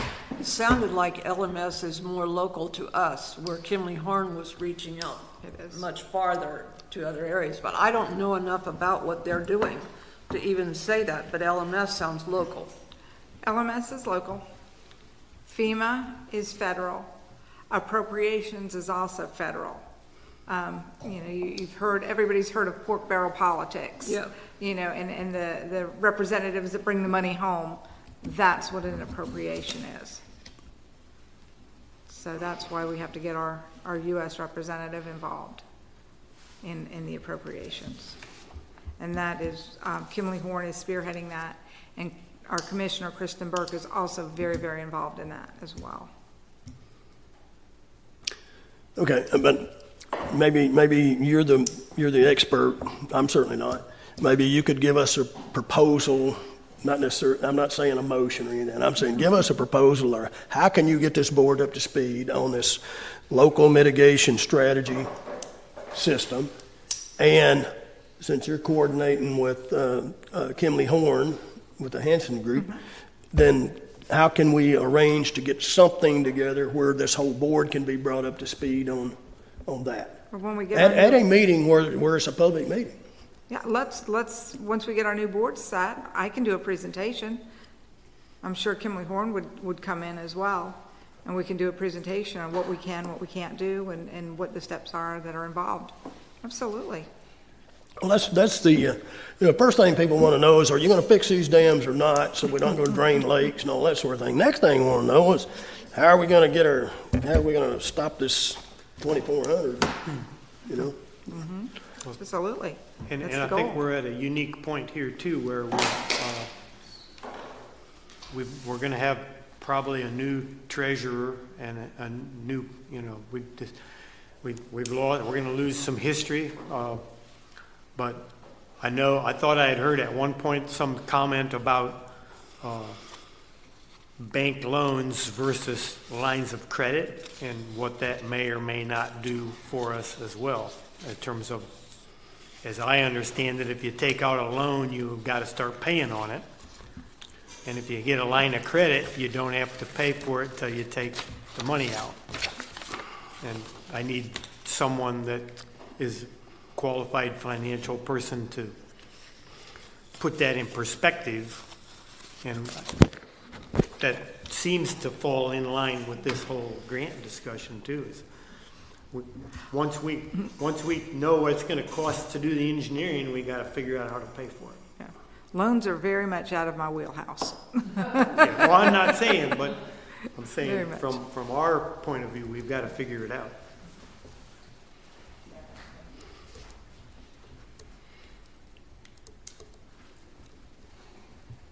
Well, it will be good when we get to the point where this is the number one thing on the list, won't it? All right. But if you could work on that maybe and come up, you tell us what you think we need to be educated on this, and realize that it's not just the board, it's the community too. Because that's what people are wanting to know is how long is this thing gonna last? And some people are even not so much concerned about 2,400 as, are you going to get it done in a reasonable time frame, you know, stuff like that. So there's all kinds of issues from the community. Okay, anything else? Janet? Nothing from my end. Okay, thanks. That was good. Maybe you could send the board another copy of that list you got that you're working from now too. On the I can do that, and then if we want in December or January, we can do a PowerPoint and explain how all of this shakes out. Okay. All right, so now we're into unfinished business. Carol? I'll bring up the DEO again. Yes. Department of Economic Opportunity. There's a thing that we have to do every year, which is to file an annual special district fee. We don't file it, we have a little information I can give them. It costs $175, we do it every year. If it's not in by December 2nd, we're late, and then we're fined. And it's done by all special districts. So I don't know who you want to do this, but it needs to be done. Oh, you've got it, Chuck? Is that the census Oh, it's a check. Forms that you have to sign and date. That's all that's required? So that's all that's required to do it? Okay. All right, we'll put that in the Alton Davis to-do file. So that's the, July, December 2nd, and we can do it online too, because where she got a check. okay.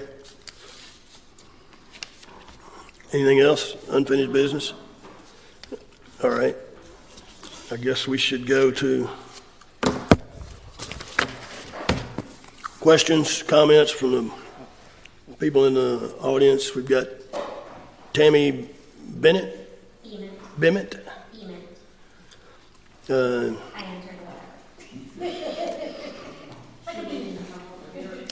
Hans, pay particular attention to these, because there's a lot of them that are somewhat related and/or they go back to when we did the, what do you call it, a referendum that was voted on.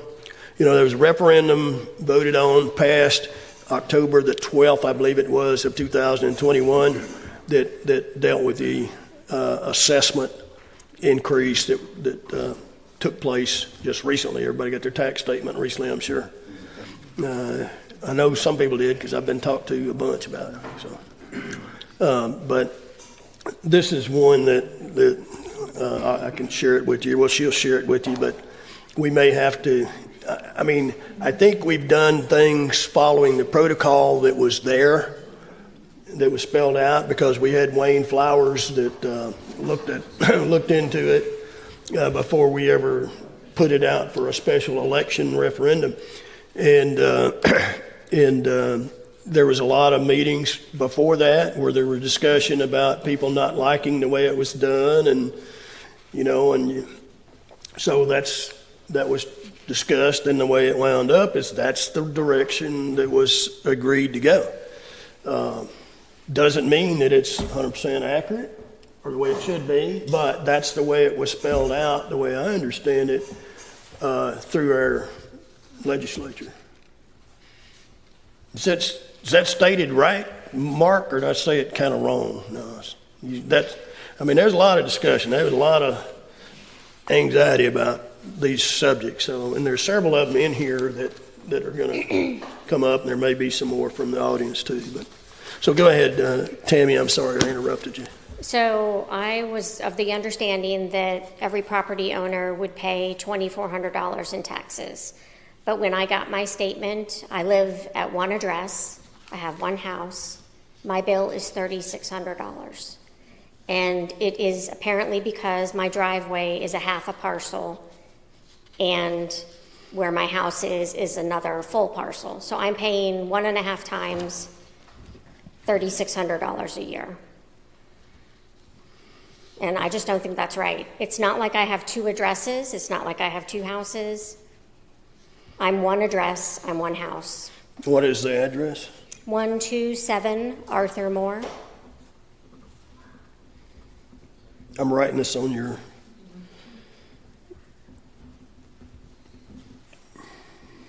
So all we can do is look at that, Hans. There's an official list that went to the county tax collector that. In the prior years, do you remember what you were paying? Well, I was not aware, but I went back and looked, and I guess I was paying $900. But I didn't know that. When I bought the house, I just bought a house.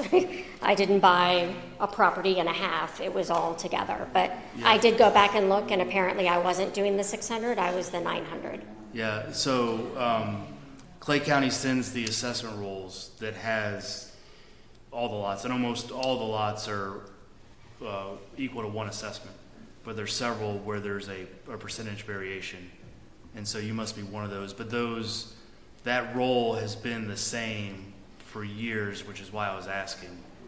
So I can look into it. I mean, as we sit here now, I can't tell you why. I mean, obviously you said you know because of your driveway, but I can look into that. Okay.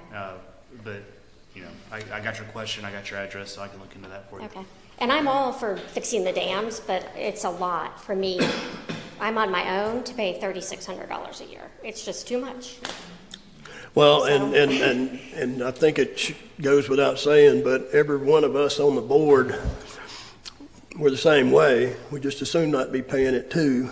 Well, I'll pay the 24. I just had no idea I'd be paying 36. Yeah, It's just, yeah. and it just doesn't seem fair. Everybody else pays 24 and I have to pay extra. Well, I think you're gonna hear, if you stay for the rest of the meeting, you're gonna hear where everybody else doesn't pay 24. There's some more that paying more than that. Well, and I feel for them. Yeah, I don't think it's fair. I think Yeah. every address, every property should pay 2,400. That is what I thought was gonna happen. So I just don't think it's fair. Okay. We can look into it, but no guarantees, okay? And that's what you're gonna hear me say, and I'm not trying to avoid things, but some of these things that we went through, and that's why I said that about the referendum that we put to be voted on, that was following a procedure that was approved through previous lawyers on this board and all the way through people in Tallahassee. So it can be changed, possibly, I don't know. And I don't know what the process would be in doing that, but we followed the process that was spelled out at the time.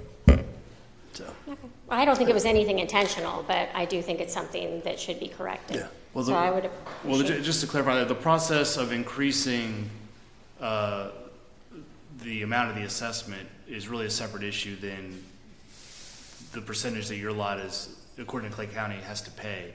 So the process for increasing the assessment was done by the prior council, Wayne Flowers, and that apparently was vetted and it was all done. But the issue really isn't that. The issue is your lot being at 150% of that. Right. Which you said it's been like that prior, so I can figure out why that is Okay. and follow up. I would So really would- appreciate it. Would the question be that, do we have the authority to unilaterally declare her property as one lot? Well, no, I don't think so. I mean, I don't want to speak out of turn without knowing it, but no, whatever your property, the percentage that's set with Clay County, I mean, that is what it is. Now, whether that can be changed or not, I don't know.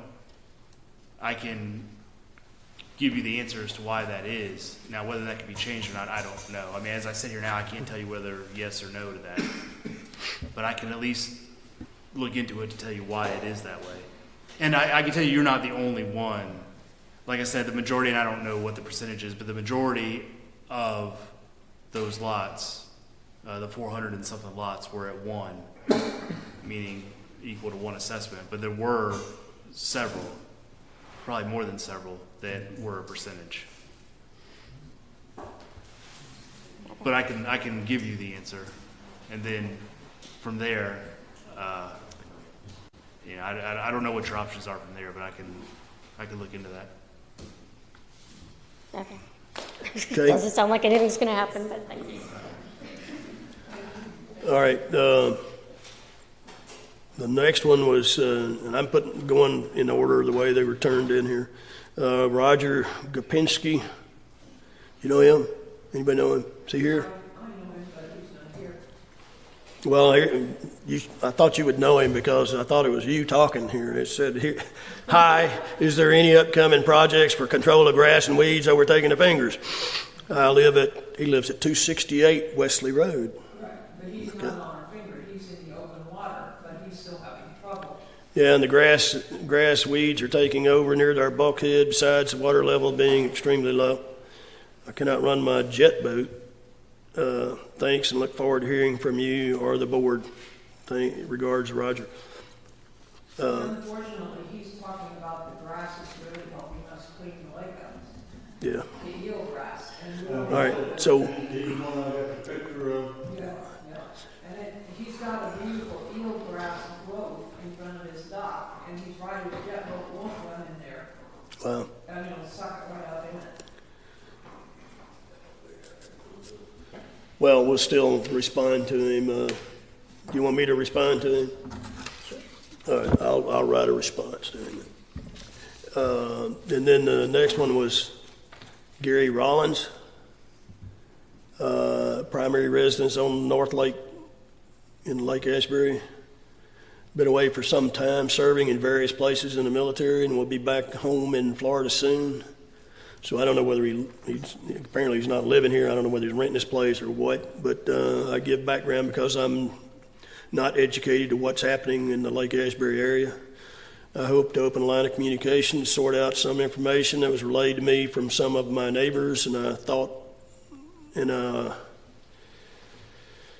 although I can check social media, I'm not active. It's way more confusion than just asking the association directly. From what I understand, Lambsta that is comprised of the lake lot owners, approximately 400.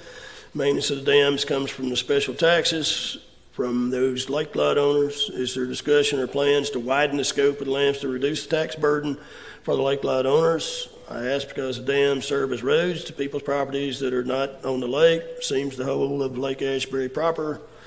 This is what he calls the older Lake Ashbury that was around when he moved there in the 70s, benefits from those dams. Are any areas being taxed to help deal with the runoff issues from the areas surrounding Lake Ashbury? If there's dredging to be done, does that come from Lambsta funding? Well, I think any of us in here could probably answer that. That was brought up a number of times during the discussion about the assessments, and why don't you have the people below the dam pay, and they're not even part of us, the other ranchettes and those sort of things. So the way it's set up now, that's the way it was done, is according to the way it's set up right now. Jordan Regini. My wife and I own 245 Cokesbury Coat. We have 2 lots joined in one parcel. Our Lambsta taxes increased to $4,800 a year.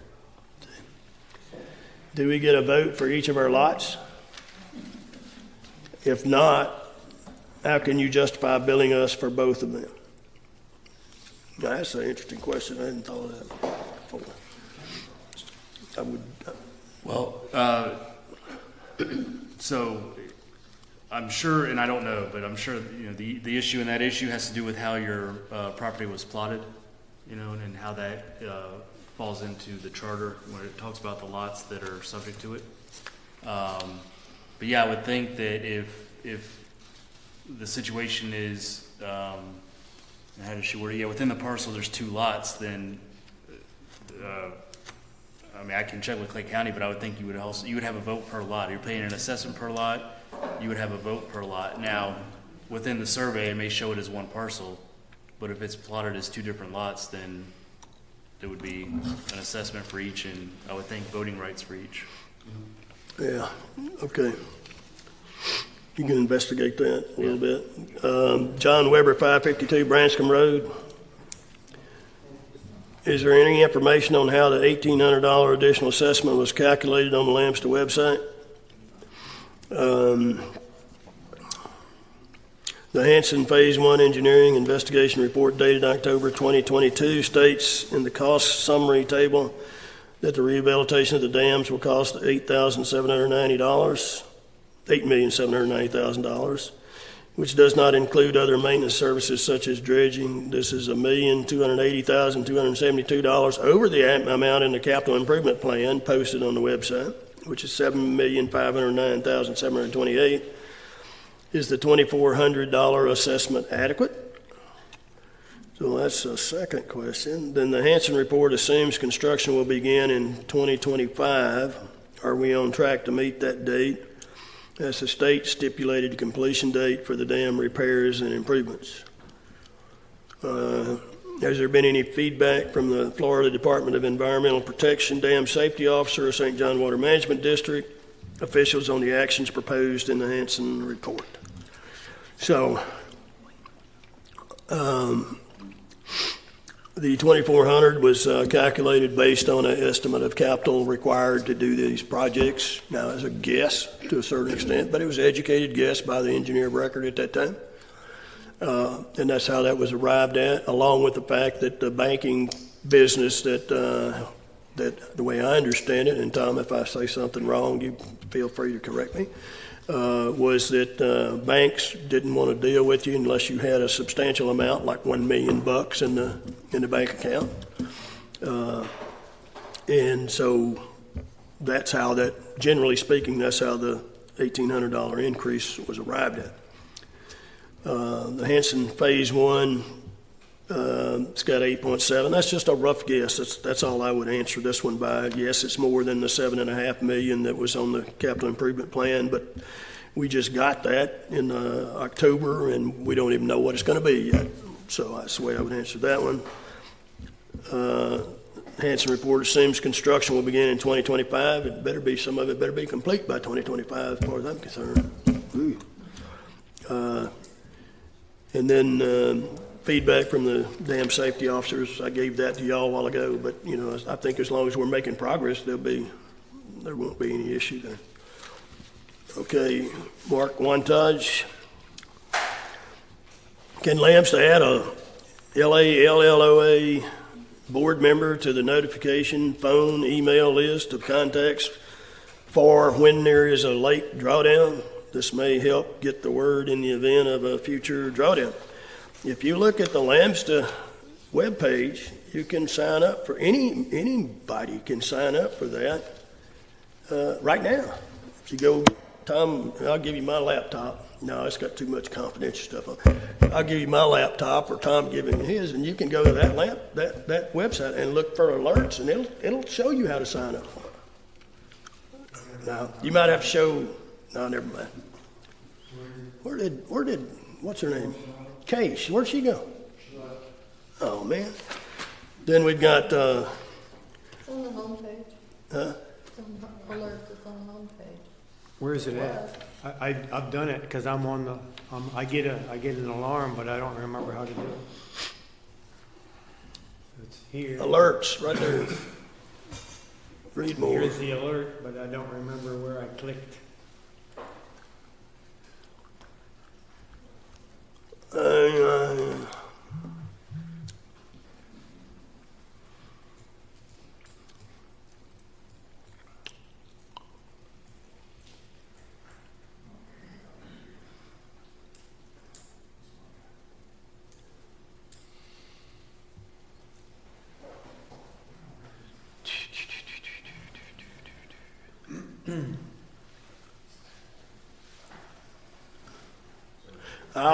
We'll look it up, but it's on there, and then we'll put out a note. Did you find it? It's right when you open the page.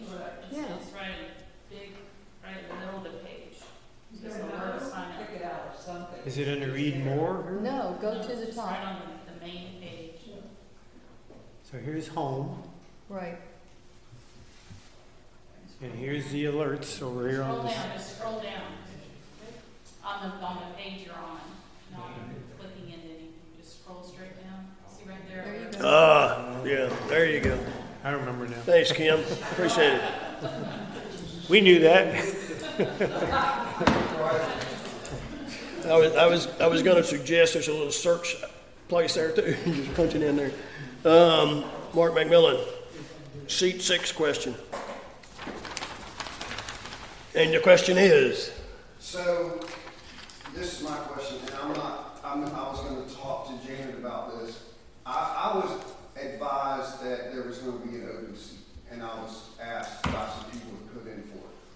So, when I talked to the supervisor of elections a couple of weeks ago, they told me that they had nothing to do with it because it is not an open, it is not a seat that is being voted on. They told me that I would need to contact Teresa Capo with the county because with it being an open seat due to not being filled correctly by paperwork error or whatever, that seat would have to be filled by a vote of the board.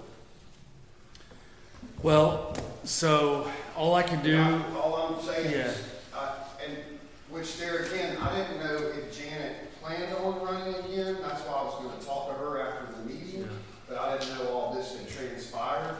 But in the past, board seats have always been with who wants to fill that position. Yeah, I spent some time talking with Hans about this whole situation, the whole election process and all that. And that's what triggered this thing that got this Attorney General 2010 ruling that they had made on the same kind of issue. And so if you say you go against how do you go against a previous Attorney General ruling? So that, yeah. There again, though, if you're told that the seat is going to be vacated in November, then how do you find out later that you should have ran against someone if the seat wasn't open? Well, Does that make sense? You know what I'm yeah, saying? it does. I mean, honestly, the answer's in the charter, and it's, nobody expects anybody to read this charter or have it memorized, but the process is in the charter, and apparently this same situation happened in 2010 because the Clay County submitted the issue to the Florida Attorney General, and that's where this legal opinion came from. So, trying to think of the best way to explain this to not be confusing. So the seat is not open until it's vacated. And so seat 6 isn't open. Trustee Wantage didn't fill out the paperwork to be put on the ballot. And so what that means is if somebody would have, then they would be running unopposed, like I guess what happened with seat 8. Only one person put in the paperwork for that seat. And so, That was an open seat already, though. I'm sorry? That was an open seat already. Exactly, and seat 6 is not open. And so, I'll read to you what was submitted in 2010, and then I'll read to you what the Attorney General said, because that's what I have to go by now. This says what it says, but just so you know what I've done, I sent an email to Courtney Grimm, the Clay County attorney, but I guess as luck would have it, you had the Clay County closed on Thursday for the tropical storm, and then Friday was a holiday, and so I haven't heard back from this. But I mean, look, this is an Attorney General opinion, and so here was the question submitted: does a vacancy exist on the Board of District Trustees of the Lake Asbury Municipal Service Benefit District when the term of office of that current board member expires and no one qualifies for election to that seat on the board? And so that's the exact situation here. Does a vacancy exist on seat 6 because no one qualifies for election to that seat on the board? And so here's the answer from the Attorney General.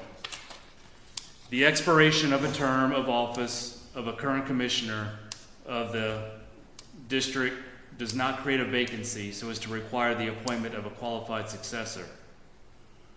No vacancy is created by the expiration of a term of office of a current commissioner of the district. Rather, the special act, which they're referring to the charter, requires that each trustee continue to serve until his or her successor is elected. Assuming that a vacancy is created by, for instance, resignation of the person holding the office, the charter requires the Board of County Commissioners to appoint a qualified successor. So what that is saying is a vacancy doesn't happen just because there's an expiration of a term. If no one's running for that seat, then whoever was previously sitting in that seat remains in that seat until they resign or until the next election. And that's what this Attorney General opinion is saying. I got you. Yeah. So It sounds like apples and oranges to me, but I'm not arguing with you. Yeah, no, I'm just saying. And I didn't know if Janet, did you want to get off the board, or was it done unintentionally? No, honestly, what happened was I went and filled out my packet. I was told everything was good. I went on vacation. They told me that I didn't fill out the financial form, the oath, and did a signature. I said, oh, yes, I did. They found the financial form, and they found the oath, but they didn't find the signature. So, because the county has been working with us so well on multiple levels, Now, this can be found online, because that's how I found it. You know, I was just told by the supervisor of elections Yeah. that that seat is open. yeah. That's what they said. Who handles that? I mean, it's fine. I was just, it doesn't, like I said, Well, it's fine. I mean, if Janet wants to stay on the board, then that's fine. yeah. Well, I Like mean, said, I was gonna talk to I her went about it. down I in didn't know if she July wanted to when get they off had the to board. apply for all that. well, if the county attorney responds to me with something different, Sat across from you her. know, obviously She looked at I'm all gonna let everybody the know. paperwork But and said until I get a everything's response fine, from, You're done. you know, from her, So, okay, that's all I have to go just by. wanted to be sure. Okay, appreciate it. I got 3 miles down All the right. road and she called. That's all that I see in front of the basket here. They signed me. So we have a motion to adjourn the meeting. I had to turn around and go Yeah, do we have a second? Second. Jerry, there you go. So a motion and a second, any discussion? All in favor, aye? Aye. 9:50, 8:50.